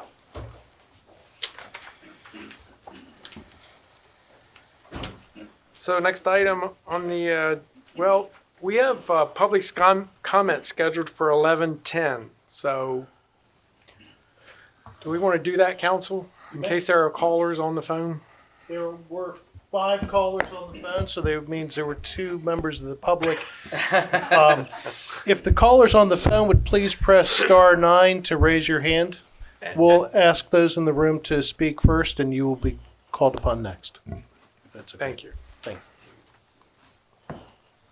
So anyone in the room that wishes to make public comment, you can make your way to the microphone. Just to remind you, the county commissioners have adopted rules to maintain the order and decorum in keeping with the dignity of the government process. Copy of those rules is found here to my right. We'll ask you to identify yourself by name and whether you are speaking as an individual or as the designated representative of a group. And there's no limit on how many people can speak. True. Hi, my name is Catherine Grasso, and I'm speaking as an individual. I'd like to thank you all for your vote today. As you know, there's a large constituency that is growing and growing and growing that wants more of a say in how our children are educated. We want our children back to school, and we want to make sure critical race theory is not in our schools. I know the money aspect is a bit problematic, but I would like to encourage all 5 of you to continue as you did today and to speak up for your constituents and speak up for our children, because you could be our liaison, our voice to grow stronger for these children to get what they deserve in this county. So I thank you for your votes today. I encourage you to continue to be a voice for the parents and for the children and for the grandparents. Thank you very much.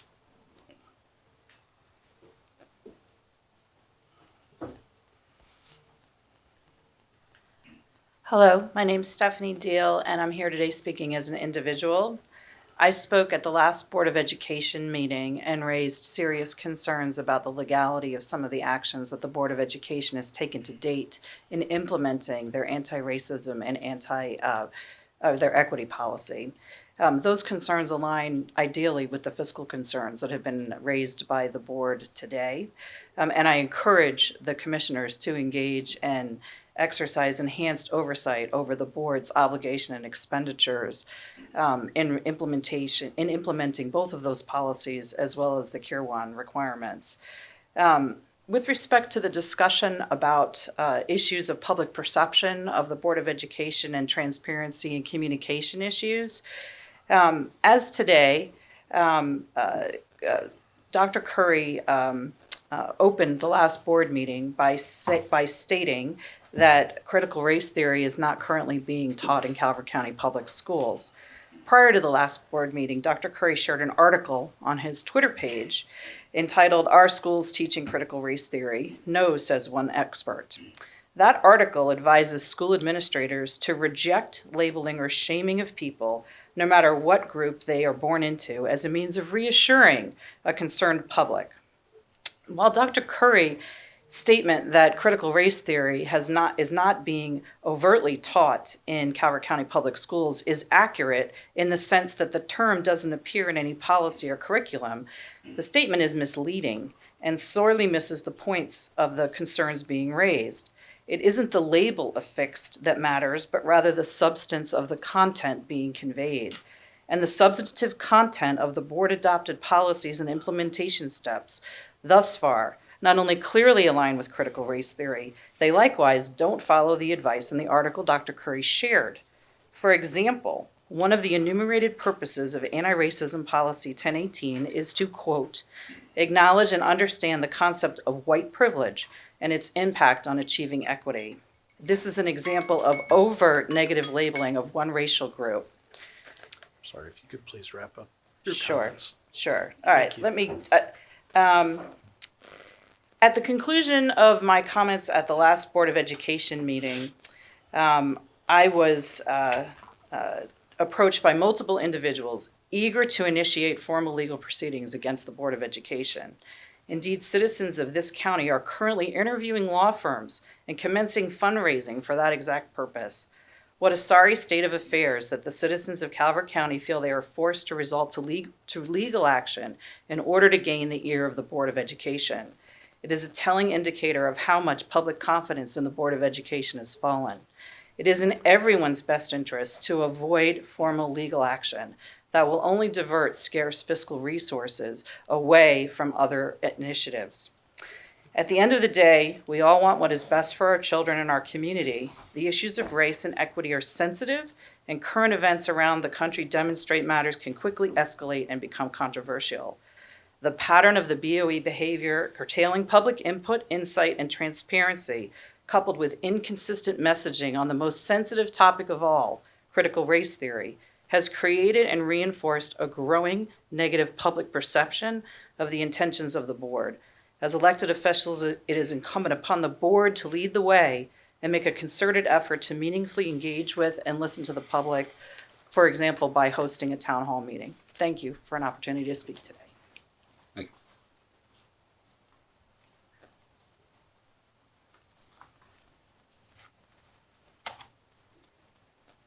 Commissioner Hance, I'm not here to ask you for $8 million, just so you know. I'm Lieutenant Colonel Dave McDowell, Assistant Sheriff for the Calvert County Sheriff's Office. It's my understanding that Finance and Budget is about to make a presentation which will outline and clarify how the CARES Act money will be distributed or has been distributed by county government. And I think for many that will alleviate some frustration and some confusion. But it's also my understanding that you are considering applying the ARPA money to go back to first responders who were out on the front lines during COVID. And if that is the case, I really appreciate you doing that. I know that our first responders were out there every day. Our EMS people were out there every day. Many of them were quarantined. One of them almost lost his life to COVID.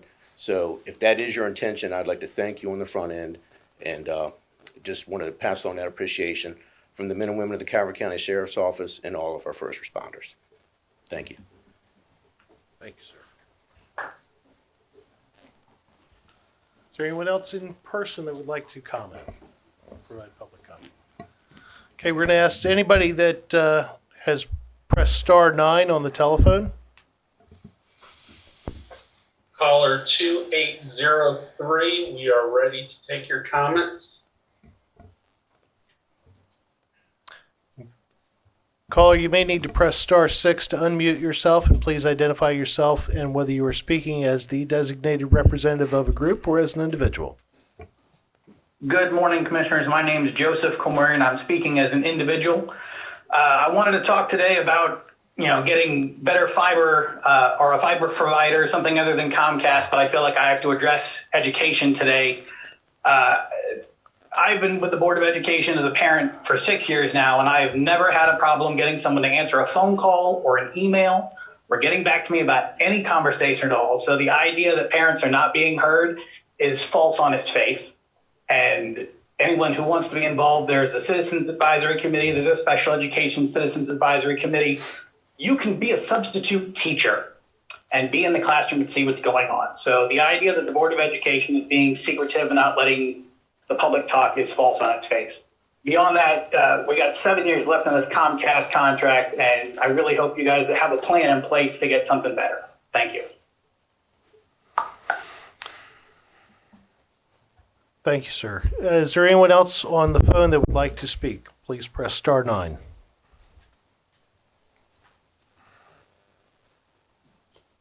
There are no other speakers. And just for the record, we did receive some public comment from the Calvert Parents for Education, some documentation regarding their concerns. So that concludes public comment for today. The next item I guess we have to go back to is a public hearing that was scheduled for 10:40. We're only a little late. So Melanie, Director of Human Resources.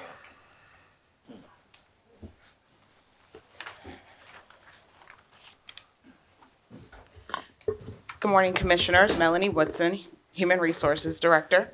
Good morning, Commissioners. Dina Davis, Human Resources Deputy Director. Morning. I'll go ahead and read the memo. Today's subject is, for the public hearing, is timing of use of compensatory leave. Background, a public hearing will be held today to amend Chapter 86-3205 of the Personnel Chapter of the County Code to extend the timing of the use of compensatory leave. The policy currently requires compensatory leave to be used within 12 months. The proposed amendment states, when compensatory leave is accrued, related to, and during a local state of emergency that was declared by the Board of County Commissioners of Calvert County and longer than 10 months in duration, such leave must be used within 6 months of the end of the local state of emergency, but may not be compensated at separation. Employees shall be required to use the compensatory leave before other leave or may be scheduled off to reduce compensatory leave balances. Discussion. A local state of emergency was declared for the period of March 17th, 2020 through July 4th, 2021 due to COVID-19. For the period of March 16th, 2020 through May 24th, 2020, county employees earned 15,075.95 hours of compensatory leave. Over the same period in 2019, employees earned 3,655.88 hours of compensatory leave, a year-over-year increase of 312%. During the COVID-19 state of emergency, county staff had devoted much time, energy, and attention to this unprecedented health emergency. The required administration and timing of the use of compensatory leave is not feasible. Fiscal impact, none. Conclusion. After receiving any public comment, the record should be closed. Staff will bring the ordinance back to the board for action after the required 10-day waiting period. Sign-in sheet here to my right if anybody wishes to comment on at this public hearing.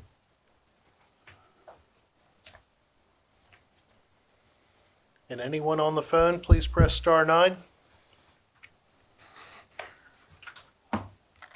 There are no callers. And there's no one signed up to speak. Chair would entertain a motion. Mr. President, I'd like to make a motion that we close the record and have staff bring back the ordinance for the board to take action after the required 10-day waiting period. Second. Have a motion and a second that we close the record and have staff return after the 10-day waiting period for final action. Any discussion on that motion? Hearing none, all those in favor say aye. Aye. Opposed? Motion carries 5-0. Thank you, Director. Thank you. Thank you.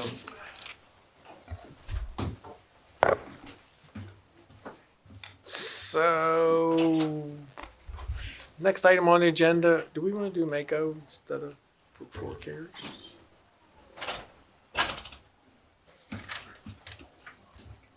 Yeah. So we're going to alternate a little bit here because I see we have Makos from representatives with us, and I know they traveled, well, one of them traveled a great distance to get here, so we don't want to hold them up. And so if you gentlemen like to come forward and introduce yourselves, you can have a seat at the table. It's our honor to have you with us today.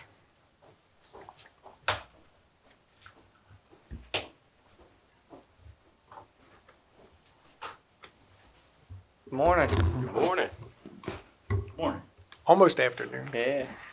I'm Wilbur Levengood, President of Mako this year, Commissioner of Caroline County.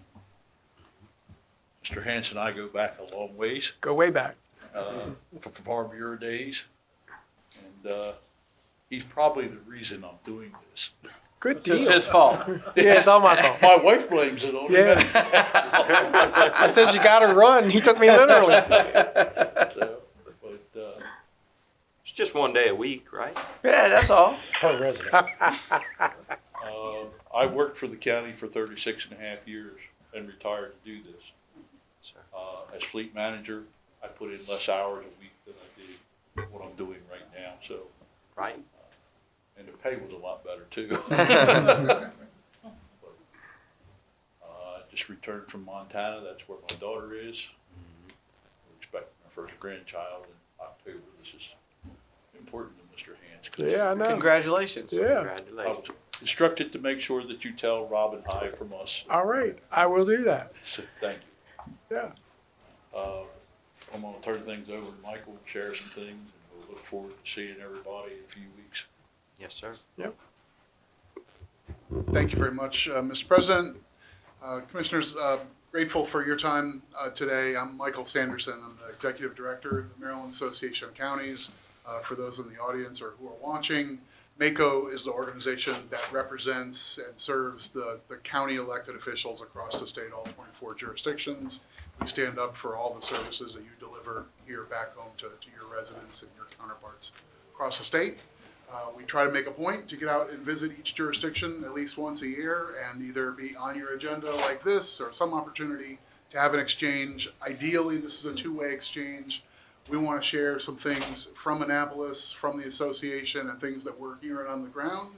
And then very much are eager to hear topics that have come up with you all locally that may be of value to MACO or your counterparts from across the state. We've distributed a packet of stuff, and I don't plan to go through that in a lot of detail. What I'd like to do is, let me hit just a few things relatively briefly, and if there's something you'd like to get into further or something I didn't raise that you all have questions or comments about, that's probably the best way to spend your time and to be respectful of the rest of your agenda. So if I could, I'll start with the legislative session this past winter. No surprise, the most unusual way to conduct public business. The counties are dealing with this too, with remote meetings and trying to make sure you have ways for the community and stakeholders to be engaged and have their input, but still conduct public business. General Assembly had to do all those things as well, just on a larger magnitude with scores and scores of their own members, and a pesky phrase in the Constitution that required that the business of the House and Senate be done on the floor of the chamber by a quorum. So they didn't have the luxury of staying in their districts and doing Zoom meetings for the whole session. They had to actually be on the floor of the House, on the floor of the Senate. So that was difficulty, a lot of plexiglass invading an otherwise beautiful historical building that's decades and decades old, lots of separators and spacing and other things like that. They did, I think, an admirable job to conduct a legislative session under difficult times. As a practical matter, I think MACO and counties were closer to being at the table than some other stakeholders who, to some degree, felt marginalized. We have good relationships with an awful lot of delegates and senators. And the county role in delivering things that they were debating is important enough that we were on the checklist to let's make sure this is going to work at the county level before we take the final vote. That sort of thing kept us in play maybe more than some other stakeholders through the legislative process. It wasn't perfect, it wasn't easy, but I think they did their jobs and made the best of it. I'll mention a couple of policy issues sort of chronologically. All the jurisdictions are in the midst of reopening and so forth. We're all watching the health metrics. We know that the Delta variant is becoming the majority strain in this region, like it has in other parts of the U.S. and other parts of the world. Everybody's got an eye on the ground for health metrics. We want to get back to conducting business in person. Lots of places have the same kind of guidance that you all for this building, that folks who are unvaccinated, please continue to wear a mask when you're in public. If you have been vaccinated, that's an optional thing to do. I think everybody's trying to be sensible about this, and the next few weeks are going to tell us a lot, whether the trends here are going to be alarming or whether they're just going to be to keep an eye on. So I don't claim expertise in that area, but you and your counterparts across the state are grappling with that issue and want to have as productive an exchange of public business as you can. The state has called off its state of emergency, technically July 1st, but with sort of a 45-day landing period. A lot of things like license renewals and so forth, you didn't want to just cut it off one day. So August 15th will really be the end of all those extraordinary provisions, and court dates being extended and renewal dates and so forth. All that stuff will tie up in the middle of next week, assuming we stay on track statewide. On policy issues, one thing that has been a lengthy conversation in some of our meetings with your counterparts in other jurisdictions has been broadband and trying to extend broadband infrastructure so that more families and residents have easy access or reasonable access to a high-speed connection. We've all heard these stories of kids out in front of a fast food place trying to get Wi-Fi so they can do homework. I think that brought to the fore an issue that was present, but wasn't quite as powerful to every stakeholder. We have pockets in every single jurisdiction. This is not exclusively a big, expansive rural part of the state problem. Sometimes it's seen that way, but there are suburban parts of the state and built-up parts of the state where there is either a great deal of underrepresentation or just no private access at all. So a lot to be done there.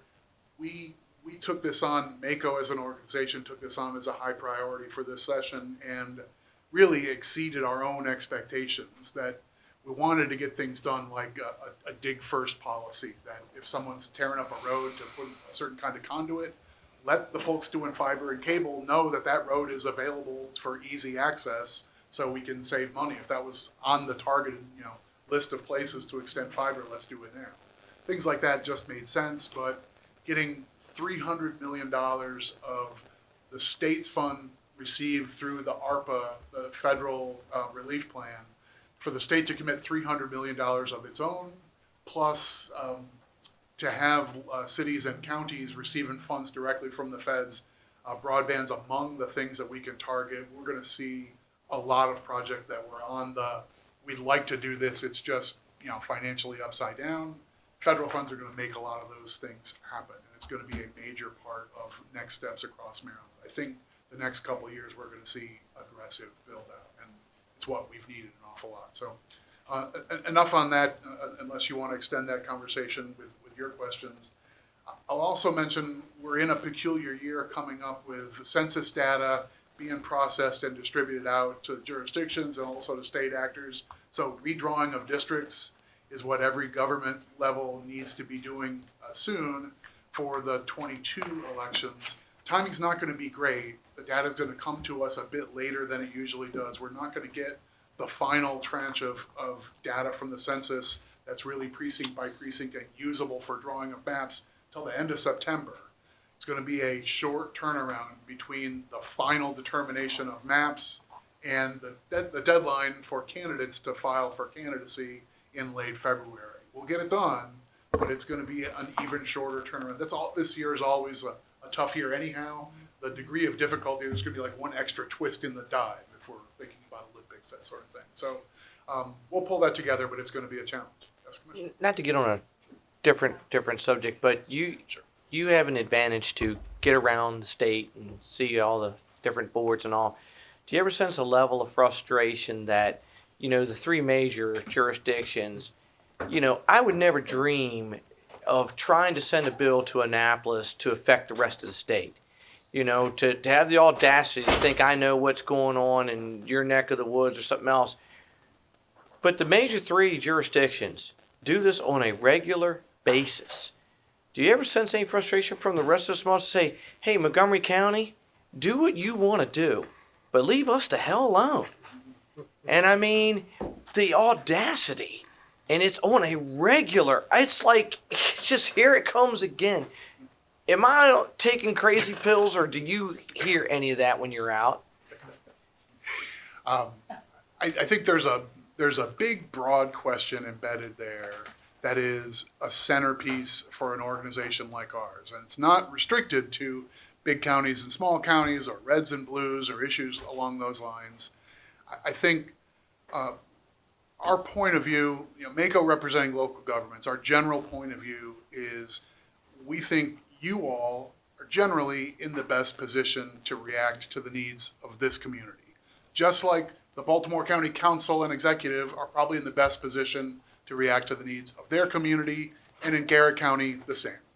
So in the main, we stand up and we say, we think that matters of planning and zoning, or that this kind of permit or whatever, these sort of things ought to be local decisions.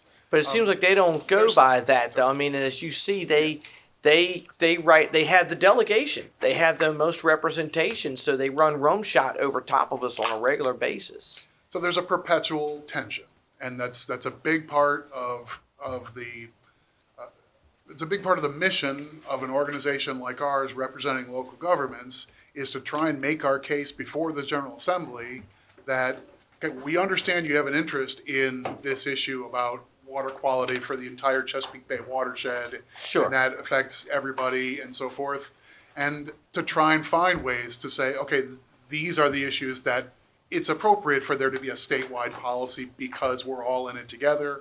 But in these other areas, we really want to stand up for local insights and tailor things to local needs. But that never ends. I've been doing policy work on behalf of counties for 26 years, and we never have a session that's not overrun with this exact challenge. That legislation gets put in to affect all of the above, and we're at the table saying one size doesn't fit all. And we win some, we lose some. But it's a frustration we hear in large and small. So it's not exclusive to rural jurisdictions either. And is there ever a justification why they just know all? I mean, I wouldn't dream of you're from what you said, Carroll County? Caroline County? I couldn't tell you 3 roads in that place. So for me to have the audacity to think that I could tell your folks how to live and put a mandatory state policy in, I don't know how you have this come to Jesus meeting where you say, look, stay in your lane. We know, there are things, I mean, hey, water quality is something, everybody wants water quality. Everybody can agree on that. But that's not what they do. It's a special interest that grabs it. It's a financial special interest that grabs it, and they run with it. And it's so obvious, but, and with us, Commissioner Williams made a funny comment one day. We both have local businesses. He said, hey, public hearing starts at our place on Wednesday, right after here. And it's so true. So much of delegation can't be found. So the only place to see them is in that arena, and it's an untouchable place. So I didn't know, has there ever been a push for a collective voice to say, hey, That's us. I think the Rural Caucus. I think for all intents and purposes, there are some issues where MACO has a rural counties coalition to take up some issues where there may not be a uniform point of view among the MACO membership, and it may some things do affect smaller, more rural jurisdictions differently than larger, more urban jurisdictions. Sure, and so there are times at the MACO conferences and events where a rural topic will come up with just that set and so forth. In the main, it's supposed to be organizations like MACO to try and stand up for local autonomy. I will tell you informally, folks who see MACO from the outside, they have the impression that it's a big wrestling match, that you go to the MACO offices and you sit on the legislative committee, as Commissioner Hance has, and you sit on the legislative committee and it's constantly these 16 to 8 votes and things like that. And that's really far from the truth. Our elected reps at the county level, with occasional exceptions, in the main, stand up for local determination. And sometimes we have splits and sometimes we take a walk on issues. But for the most part, when the state says, we know better than you, and here's the solution we want to impose on every county, large and small, it's Prince George's and Calvert and everybody generally standing together to say, no, we'll do our solution, and it's probably going to be different from theirs, and that's as it ought to be. So, I'm indicting MACO to some degree because we don't win all these fights, and I will. It's the deck stacked against you. To be quite honest, the money that is put into this machine, you're not going to fish in this pond. We have 2 delegates, 3, 2.5, 3, type thing. This ain't the pond to fish in, it's the larger jurisdictions. And anymore, it's so obvious the financial push. I watched a little bit of the last one, and I'm screaming at the TV set watching some of these hearings going, I just can't believe they say this stuff with a straight face. And so I just didn't know the level of frustration, and I'm assuming it's just the small counties you're hearing some of the same thing, I guess. I'm going to let Commissioner Hart be the legislative representative next session. He'll wake up those meetings. Good idea. How do you sleep at night? And it's so funny because we haven't, and I'm good trying to get off the road. Say, I don't know how to build a deck. Okay, I can't nail a nail straight. So you hire a person who knows how to build a deck. These folks, it's so obvious that they don't have, not all, but some of these ones sponsoring these bills, it's so obvious that they are so clueless on the subject matter. But the power that's given, the financial power, is devastation. It's not like it's a little tweak. I mean, we've seen, over the years, the results of so much of this. And it doesn't seem like, it seems like they go to bed and sleep at night, no issue. So there's probably a doctoral thesis in there about the political philosophy behind state and local government and matters of independence and autonomy and so forth. I'll send you a copy when it's called money. It sounds really It's called cool. money. Well, there's some of that too. Anyway, with that, we've given you a bundle of information that's covers a number of topics, both from the session and things that are looking forward. As President Levengood said, we're looking forward to having a safe and productive in-person conference in August. We're going to make provisions to make sure that setting is something where our county officials and our guests and attendees can feel comfortable, but have the benefits of in-person exchange. That we all know the practicalities of having remote access and so forth, and we've done our share of webinars, and that'll continue to be part of our educational offerings and so forth. But getting back in the room and having that sort of informal exchange around the lunch table really can't be replaced. We have an excellent program coming together with an awful lot of forward-looking thoughts about what we've been through, what things are going to stay, what are we going to learn from it, and so forth. I think it's going to be an excellent event, and I am very much, my heart is looking forward to seeing everybody and being back in person. So we're gonna pull that off in a responsible and safe way. We're very much looking forward to that too. So with that, if you have other questions about policy or MACO or whatnot, I'm sure Commissioner Levengood and I would be thrilled to hear from you. So today is Commissioner Gadway's first day. He was sworn in this morning to fill a vacancy, so he doesn't know a lot about MACO, but we depend on MACO a lot. They have lobbyists in place during legislative session. They watch out for all the counties, provide multiple services to the counties. So we greatly appreciate all your help and support. Well, welcome and congratulations. Yeah. We So run several board legislative sessions. We run several subcommittees that read through the bills and make suggestions of how to make them better, and then we vote on it. Our representatives go to that. Yeah. So you mentioned broadband. We made a decision last March to service every home in Calvert County.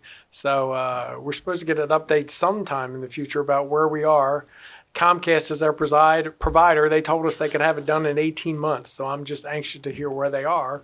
The good news is, based on all the money and the new rhetoric, maybe we won't have to pay for it. We can get some federal funding to help cover that cost. But I think what COVID taught us was how important it is to have access to every individual. So we're working on that to make sure we get everybody covered. And I guess I do have a couple questions. We had started working on the Police Accountability Board.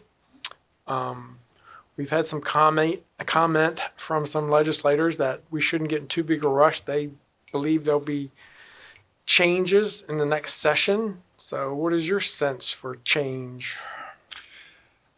So I'll take a swing at that. At risk of Understood. This is kind of crystal ball time. So what I'm sure you've already gathered as you've started to put together the pieces here is multiple bills passed last year, and the most impactful structural bills on police reform take effect next July 1. Among the things that the counties need to do under the bills that have passed and become law, you have to create a couple new sort of oversight structures, and the nominal idea is to bring the elected officials more more closely embedded and invested in the accountability for deputies and those who are doing on the street law enforcement. The bill was not crafted perfectly, and I think virtually everybody would confess the bill's not perfect. It's really easy to naturally assume, right, back to our deck building example, if a few of the planks, if the nails weren't nailed straight and so forth, you come back and you fix the deck. Problem is, this coming session is an election year. So in addition to the many complicated moving parts in the legislative process, it's an election year and a redistricting year. So the hairs on the back of everyone's neck are going to be up anyway. It's a really tough year to bring back something that a full third of the legislature feels like they didn't do enough, and another third of the legislature feels like they did way too much. And to go back and basically, if you're going to do a fix-it bill and say we're going to change these 8 things in that big bill, you've basically created a platform for an amendment to offer everything else that was litigated and rejected in this last session. And that was a hard fight. And you just said it, because it opened the door for every single thing that nobody ever got through or wanted to get through. And you said, I'm going to do it in a matter of months. I mean, something that was in place, and Colonel McDowell knows exactly what that law enforcement bill of rights was in since, 78, 73? We're the first state to have a comprehensive LEOBR. But it's decades and decades of law. Right? And you're throwing it out. Maybe it's the right thing to do. Maybe it's the wrong thing to do. But there was no choice. You're throwing it out and saying, hey, you guys that won a popularity contest, some of you might know something about law enforcement. Some of you are like, I have no clue about law enforcement. Come up with the new governing board? Wow. If that ain't nothing about but trying to get votes.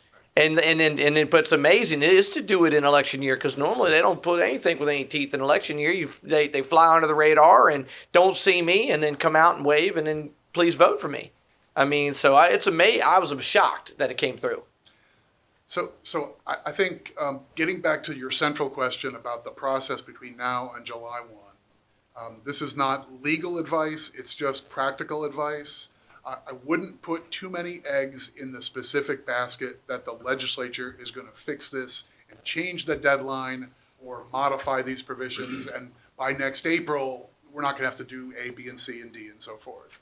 I think there's a sizable chance we may get to next July 1 under the laws as they sit today and the requirements of the accountability and the charging committee, the accountability board and the charging committee that are in the bill. And it gets fixed at some point. But I'm not fully I'm not fully convinced that it's a done deal, that there will be a tidy everything up bill, and that's going to be an easy thing to do. Yeah, it's a tall order. It's a real tall order. I don't think it's easy at all. So thanks for that. Sure. I know it's not. I know you'd much rather hear. Yeah, don't worry about this stuff. That's going to be gone. I think we're going to make good faith progress. Commissioner Levengood and I met with the director of the state's Police and Correctional Training Commission, and they're charged even more difficult task than the counties and towns and so forth, particularly the counties, to come up with regulations to spell out details and so forth. So that's got to happen in time for you all to react to it, in time to build your board and committee. And how do you fund it? You start your budget process today. Right? As soon as you sign, and you guys know, as soon as you signed your budget in, you're starting again, and this is all unfunded. So it was an obvious big hot topic. It got political. That led to a big political compromise, and that tends to not have the practical sides be ironed out maybe as perfectly as you would rather see. So we've been dealt a tough hand. Be prepared to play. Well, it's significant for us. I can't imagine what it's going to be like for the urban jurisdictions. I mean, when you look at the responsibility and the requirements that they have to meet, it's peculiar in a number of ways, and this could be a 30-minute conversation. But Prince George's County, not far from here, is going to create an accountability board to serve all of Prince George's County. They have more than maybe 24 or so local police departments, municipal police departments in the confines of the county that will apparently be under the umbrella of their countywide accountability board. That's not a relationship that's never existed. Maybe even the police department on the College Park campus will have to answer to the county accountability board. Sure, I don't think anybody in Annapolis testified about those details, but it's in the bill, and that's more or less what it says they got to do. So everybody's going to have a tough situation. The places with lots of municipal police departments, especially so. Right.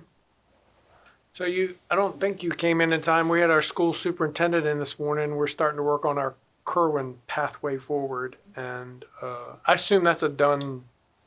We're not going to see maybe some funding discussion next year or two, because this morning his projections were that the first year of it was going to cost us $8 million, whether it costs us or the state, but it's going to cost $8 million up to $22 million in the out years. So I know that we've always been concerned about, as the Rural Coalition, about the cost of implementing Kerwin. So I hope that in the future there'll be some discussions about funding and how that's going to proceed. Well, and globally, to Commissioner Hantz's point, the unintended consequences of Kerwin. What about law enforcement? What about, our other county employees? I mean, the three pillars of local government, education, public safety, infrastructure. So that's what I'm concerned with in the future, because the expenditures are huge. And the demand for more teachers, where are they all going to come from? I forget, they told me the number of teachers we're going to need to meet, and it's, for us, it's significant. I can't imagine what it's going to be for Montgomery County or Prince George's, and where are all these teachers going to come from? It's already a shortage. That's why they're already a upping shortage. this initial salary. That money's not going to do it. I mean, maybe I'm wrong, but. Well, you walk out with a master's degree and you owe $100K, and you say, "Hey, here's 50, here's 60. How do you pay it back?" And if they're not walking out with a master's degree, I mean, I think most jurisdictions even have and I don't want to misspeak, but I think it's a mandatory master's for a lot of the programs, and even if they let you into that, you got a small timeline to get it done. So 5 years. upper education's so expensive. Yeah. So I'll speak to a bit of this, and I suspect Commissioner Levengood may have a perspective as well. I will say, I'm going to say two contradictory things. In this year, they passed sort of a tidy things up bill. So the big Kerwin bill passed in the 2020 session. Because the governor vetoed that bill, they overrode the veto at the beginning of the 21 session, but that messed up some of the initial flight plan. So the first year of some of its requirements were already moot because the bill wasn't in place when the governor submitted the budget. We have a weird process in Maryland. So they needed to tidy some things up. Among the things they needed to clean up was, how do you deal with the enrollment count from last September that everybody knew was short counting the number of students in the public schools. You do your best under the circumstances, but a lot of places said, "What? We didn't lose 8% of our kids. That doesn't make sense. It's because we didn't have the screen on or whatever." So anyhow, in that fix-up bill that passed this year, they called for an affordability analysis on the county side of the program. So in theory, there's going to be a venue between now and the end of this calendar year. They haven't started the process yet, but at some point in the next months, the General Assembly, their staff, will be hearing from counties who will be talking about, well, this is what it requires of us, this is what it'll mean to our property taxes and so forth, and we'd be able to have a pitch about affordability writ large. I wouldn't set sights on that turning into a major rewrite of these goals. Is it possible they make some changes around the fringes for some of the most noteworthy jurisdictions as outliers? I think it's possible. There are some nips and tucks, but I don't think it's going to be we're going to revisit the whole thing. I think the framework will stay largely intact. I think those who voted for the bills and support the package are aware that it's going to be a challenge to find the staff, to get them fully trained up, and to try and make, I mean, part of the vision here is to make teaching an attractive enough profession in this state that you get some of your best and brightest, like high school sophomores and juniors, to say, this is the path I want to pursue. And instead of going to Wall Street, they want to go to your high school. That's the vision. That sounds really good in a report. I don't know how it's going to happen in real life, and none of us really do. But that's the philosophy behind this approach. And if it means a higher commitment in funding at the county and definitely at the state level, that's part of the trade-off that many legislators were willing to support and get behind. So the specifics at the local level will be up for some discussion, but I don't think it's going to be a full-scale revisiting. So we will see in the months ahead what that turns into. The pressure will be on. It may not land for the state, because the constitutional amendment that voters adopted a couple of years ago said a whole bunch of the slots money is basically sitting in a Kerwin account, because the first year didn't even fund, it's got a nice big balance in it. So from the state's perspective, they've got 23 and 24 and 25 all but paid for. So they're not going to feel immediate pressure until like fiscal 26 or fiscal 27, which is going to leave the counties are going to be the canaries deeper in the coal mine than the miners, so to speak. Except for Caroline County, I'm sure they've got it all covered. Caroline's got everything taken care of. They've already got their plan in place. Yeah, I've passed out in the bottom of the coal mine and they're drowned, so. Kerwin's gonna be a challenge everywhere in this state. And the state legislators don't think so. Somebody needs to turn the switch off for them. According to the analysis that Mako did, we're supposed to be in pretty good shape. And the hit to us is $8 million to start out, so. I think, I'm gonna try and not say my 15-minute rant, but I'll do 45 seconds and say the central analysis that every legislator saw for how this affects the counties was done in a way that I've never seen before in working on these kind of stuff for 30 years. The fiscal note by county took what the counties have been doing for the last several years and projected that level of funding out for the next decade. Not what you were required to do, but hey, Calvert County's been working on you've got a formula and you've got a handshake that's been working really well down here for years and years. So we're going to assume you continue to do that. And then if we require more than that, we're going to show that in the fiscal note. I've never seen the state make policy decisions based on that kind of analysis. It's always been current law versus proposed law. What's the delta? So I've never seen that before, and it ended up being a footnote in that table that even most of the delegates and senators never fully comprehended. So it sure made the bill go down more smoothly for some jurisdiction, like a place like Baltimore County that raised taxes in a pretty large way just a couple of years ago, mostly for education. Their trend line starts at, well, you're going to do that every 2 or 3 years, right? It's a strange way to do the numbers. Yep. Goes back to you can't touch it. I mean, and it goes back to they have to do that budget. So a guy said to me one time, he came to my store and he said, he goes, small business knows how to fill out the front of the check. Politicians know how to fill out the back of the check. Well, we really appreciate you coming down. Thanks very much for having us. Always We all look appreciate forward to seeing you in Ocean City in 2 weeks. Yes, sir. I would take you to lunch, but I have a meeting to continue, so I'm sure you don't want to hang around for that. All good. Thank you, gentlemen. Thanks so much. Yes. Thank you. Yeah. Pleasure Thank meeting you. sir. All right. Next item on the agenda is a presentation by Finance and Budget. Oh, I thought you were going to leave some money on the table. Make you out of jail somewhere. Caroline County, that's what I'm hoping. Caroline County. Yeah. Take care, buddy. Yes, sir, you too.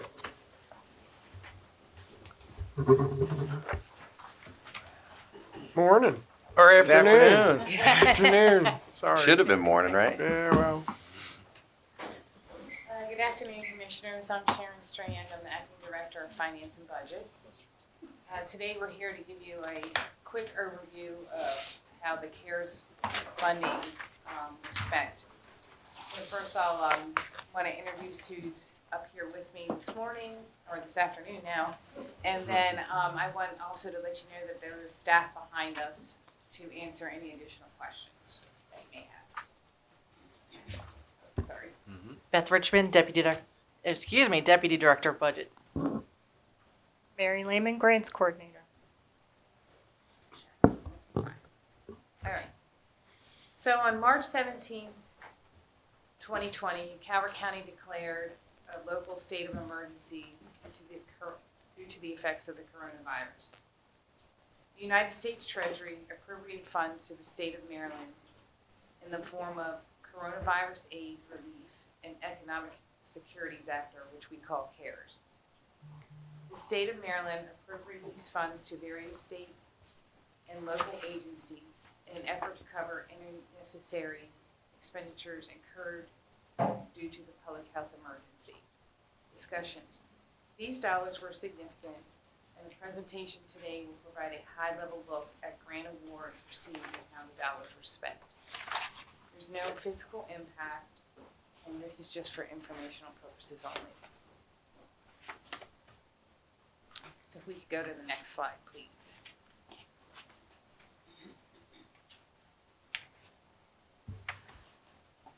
The CARES Act was and is an historical event in history. The county quickly formulated a spending plan and used the funding/grants accordingly. The following slides outline the sources and uses for the CARES Act funding. Next slide, please. This slide represents the known CARES awards that were received by the county, the largest being approximately the $8.1 million, which is the first grant item shown. The remainder of the slides will show the details of the award and will group by uses. Next slide, please.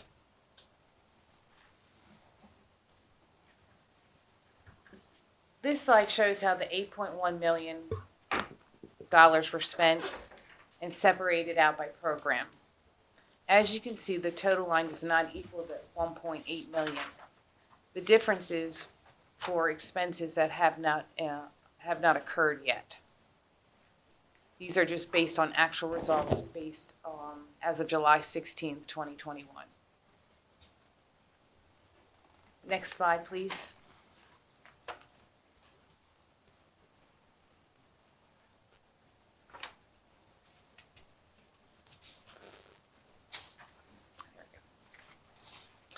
Economic relief. Oh, thank you. I didn't see that. Thank you. This slide shows the type of grants, the dollar amount, and how the funds were used for economic relief for the county businesses, such as rental assistance for citizens, hospitality grants for local hotels and lodging providers, and for restaurant establishments.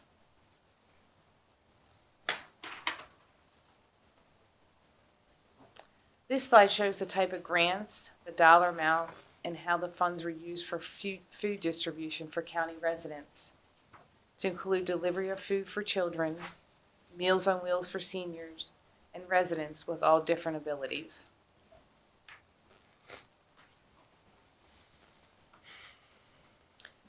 This slide shows the type of FEMA grants that were received by the county, the dollar amount, and how the funds were used for pandemic-specific projects. So, excuse me, what was the food distribution under FEMA? Under FEMA? Mm-hmm. Sharon, we can bring Barbara, and she can Yeah. introduce herself. Yeah, Barbara would like to. Commissioners, I did want to introduce Barbara Warner anyway from Public Safety on the, not just the FEMA side, but across the board on all of these grants. Barbara's done an outstanding job, so we're definitely keeping her for like another 30 years. Is that a motion? That'll be a motion later, Barbara.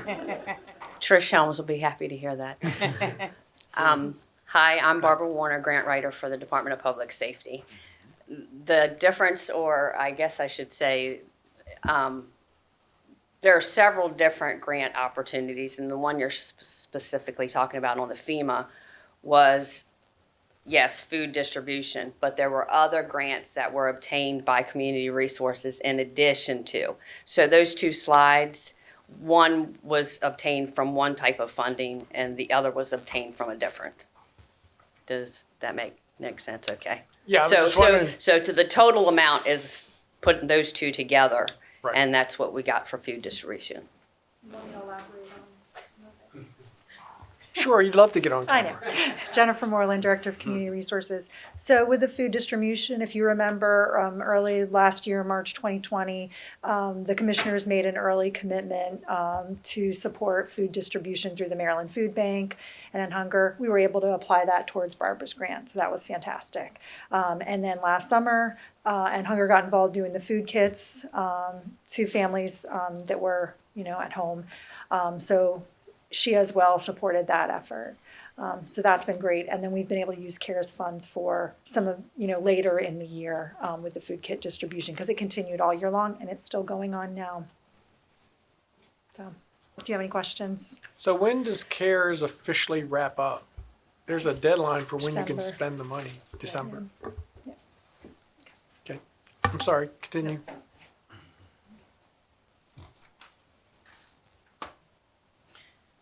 This slide shows the other types of grants awards received by the county. It lists the dollar amount and how the funds were used. The $3.3 million was used for the match that is normally funded by the general fund and which span over several fiscal years. The $2 million from the health department helped subsidize the career EMS 10 positions for paramedics and EMTs. So we got a memo the other day and said that money's getting ready to run out. Correct. So what we're going to bring back in probably August is the ARPA money. And we'll bring a presentation to you of all the county requests and how we want to fund those county requests. So if 1.7 of that 2 million went to the career EMS, where'd the other 300,000 go?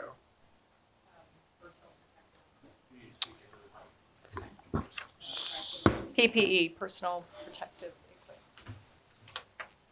equipment. Okay. I make a motion, we get more microphones for the front desk. Poor things. Have to see if it's in CARES funding. ARPA. ARPA. Okay, sorry. All right, so this last slide represents what's left to invest in recovery. And this slide just kind of outlines what's left to spend, although it has been dedicated for specific uses. So there's really nothing left. Correct. Right, because whatever, the 442 is already committed or restricted to certain programs, right? Well, you gotta spend it or lose it, right? Exactly. Yeah. Yeah. What is MPG? EMPG? Emergency. Jackie? That's an acronym for something. You know E is emergency. Good afternoon, Commissioners. Jackie Vaughn, Director of Public Safety. It's the Emergency Management Program Grant. It's a grant every year that we get through MEMA. Comes from FEMA to MEMA that we get down to us. So that got converted into CARES? Yes, we actually did a after action on how the county performed in CARES. I reached out to all the commissioners before we actually committed that funding. We brought in a company to come in and give us a honest after action report on where the county can improve going forward if we have this type of event again. How did we do? We did fairly well. There are some comments in there and there's some items that we need to address going forward. Once that document is finalized, we will share that with the board. Commissioners, the biggest issue there is that everybody's got their hand out, wanting that money. So early on, we kind of restricted it and made sure that it was going in places that, one, we knew were needed, the food banks, et cetera, shelter, protective equipment, EMS, and then, we got direction from the board in other areas. But this evaluation really helped us, I think, early on, just make us be more aware that it's never enough money and to spend it wisely, which is why we have not spent a single penny of the ARPA money or even truly dedicated it yet, because we're going to make sure that the board is fully briefed on all those that would like to have a piece of that money. You can make those decisions, gentlemen.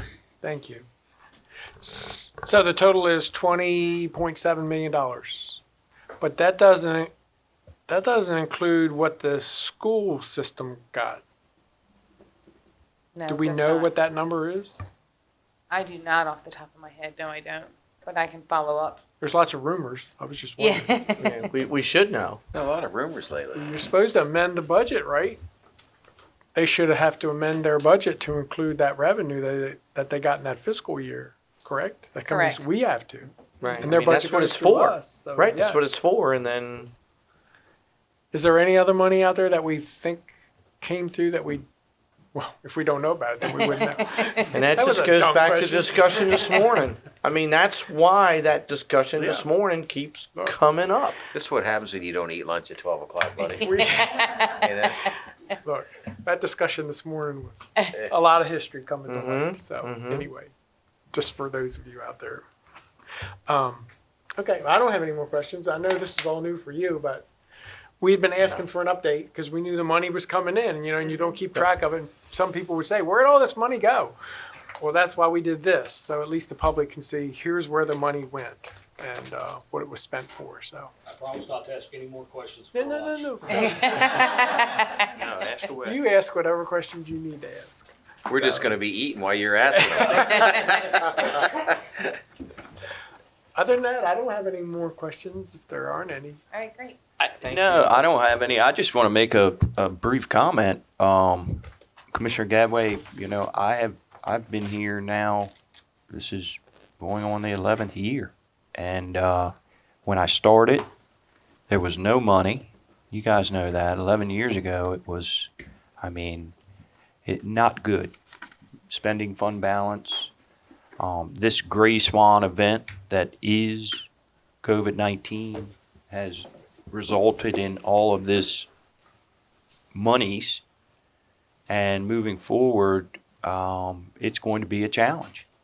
It's like Delegate Clark said, it's easy to say no when you don't have it. So And it's the problem with this is back to there's no free lunch. So where does Maryland get it back? When does the federal government get it back? Are they just going to say, well, we'll just print some more money? We've seen that, and you folks in budget really understand what I'm talking about because, it has to balance somewhere. So how's it going to balance, right? If I think we took the right approach by really, and Director Willis said it, by holding tight and watching, because I think the bill will come due as it always does. So, well, we thank you. And we do appreciate you all stepping up in the absence of your vacancy. We know that creates Thank you. issues. So we greatly appreciate you all taking care of business for us. Thank you. Looks like the whole department's run by women now. It is. And when we took the picture 2 weeks ago, it's all women. Right. Men can't handle money. Nah. Jeez. Right. You all have a great day. Thank you. The last thing I think I have on the agenda is commissioner reports. Commissioner Hart? Not too much, kind of like Commissioner Weems says, the work's all week, but we did have a nice ribbon cutting. Thank you, at Century 21. It's nice to see vacant spaces get rented. It's really disheartening to drive by a center that's not full. And Kelly and her group did a great job. And I'm just going to say congratulations to Commissioner Gadway. You got a softball today, right? Nothing thrown at you. He'll be fine. Mr. McConkey? Yeah, I also attended the ribbon cutting. It was very nice. If anybody wants to take notes on how to have a grand opening, they were top notch. Raw oysters, They had it all, and people actually stuck around, and I think they had to tell people, hey, we're done with this thing. It's time to leave. And also, driving through Huntingtown yesterday, saw the most horrific accident right there at Huntingtown High School, and it just makes you wonder, how did that happen right there? And somebody, lost their life there yesterday, and it was just terrible to see. So if everybody could just, slow down, stay off your phones, and that could be one of our wives, children, anything. So, and also I wanted to, was sorry to hear about Mary Beth Cook's father passing away. So I send out prayers to her and her family. That's it. Good. Mr. Gadway. Mr. President, first and foremost, I'm profoundly honored and humbled by the governor's trust and the citizens that put my name forward. I look forward to working with each of you in the future as I strive to ensure that all the choices I make are for the best interests of the citizens of the best county in Maryland. Now that Caroline County's left room, I can say that. You can say it from there. And furthermost, abiding by the county mission statement. Thank you for making sure that I have a copy of it up here.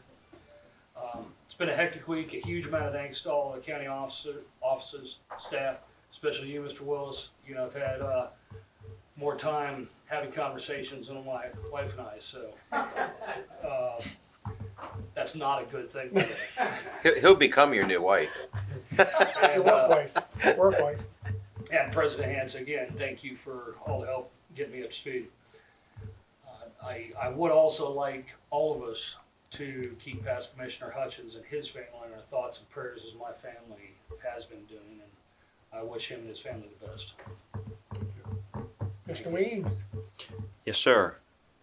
Congratulations, Chris. Thanks, sir. It's a hard job, and you're ready for it. That's You're not what ready you for told me a year and a half ago when I came down to your place. Well, maybe I didn't have a public hearing at the store that day. I just want to extend my condolences to the friends and family of Robert Ellis Kolick Butch, especially his wife, Miss Mary. So Mary Lee, she's a sweet woman, a great man. He was a Marine Corps Master Sergeant, and just it's sad to see him leave the community. And that's all I have. So I too want to express my condolences to Director Mary Beth Cook on the loss of her father last week. And, you only have one father. So when you lose them, it's quite an event. And again, to the King family in North Beach for their loss of their son, who gave his life for the service of this country. So we want to make sure we don't forget that. And on Sunday, I attended Family Appreciation Day at the Roy Rogers and Solomons, where the owner presented a very nice check to the Solomons Volunteer Fire Department and said in the future he's looking to expand in Calvert County. So he may be calling Director Schlegel with some help, which I know she will provide. But it was a great event, and it was a nice day. So, and the only other thing I'll say is that we've gotten a lot of emails recently from parents concerned about the school board and what's going on there. And I just want to let you know we are listening. I try to respond to all of those individuals. We hear you. So we'll do the best we can based on the legislative opportunities that we have. But at the end of the day, as I tell everybody, you got to run. Commissioner Levengood was here earlier, and I was Maryland Farm Bureau president and told them all, you got to run. If you want to make a difference, you're concerned about your constituency and your counties, you got to step up and run. You can't sit back and expect change. You've got to be the change. And we're all sitting here because of that. We all ran or got appointed because we care, and we want to make sure that Calvert County is the best place in the state of Maryland. So that's all I'll say about that. And with that, I think we need a motion. Commissioner Weems? Yes, sir, Mr. President. I make a motion to enter executive session pursuant to general provisions article sections 3-305B3 to discuss acquisition of property for a public purpose and 3-305B7 to obtain legal advice. Second. So I have a motion and a second to go into executive session. Any discussion on that motion? Hearing none, all those in favor say aye. Aye. Opposed? Motion carries 5-0. So everyone have a great day.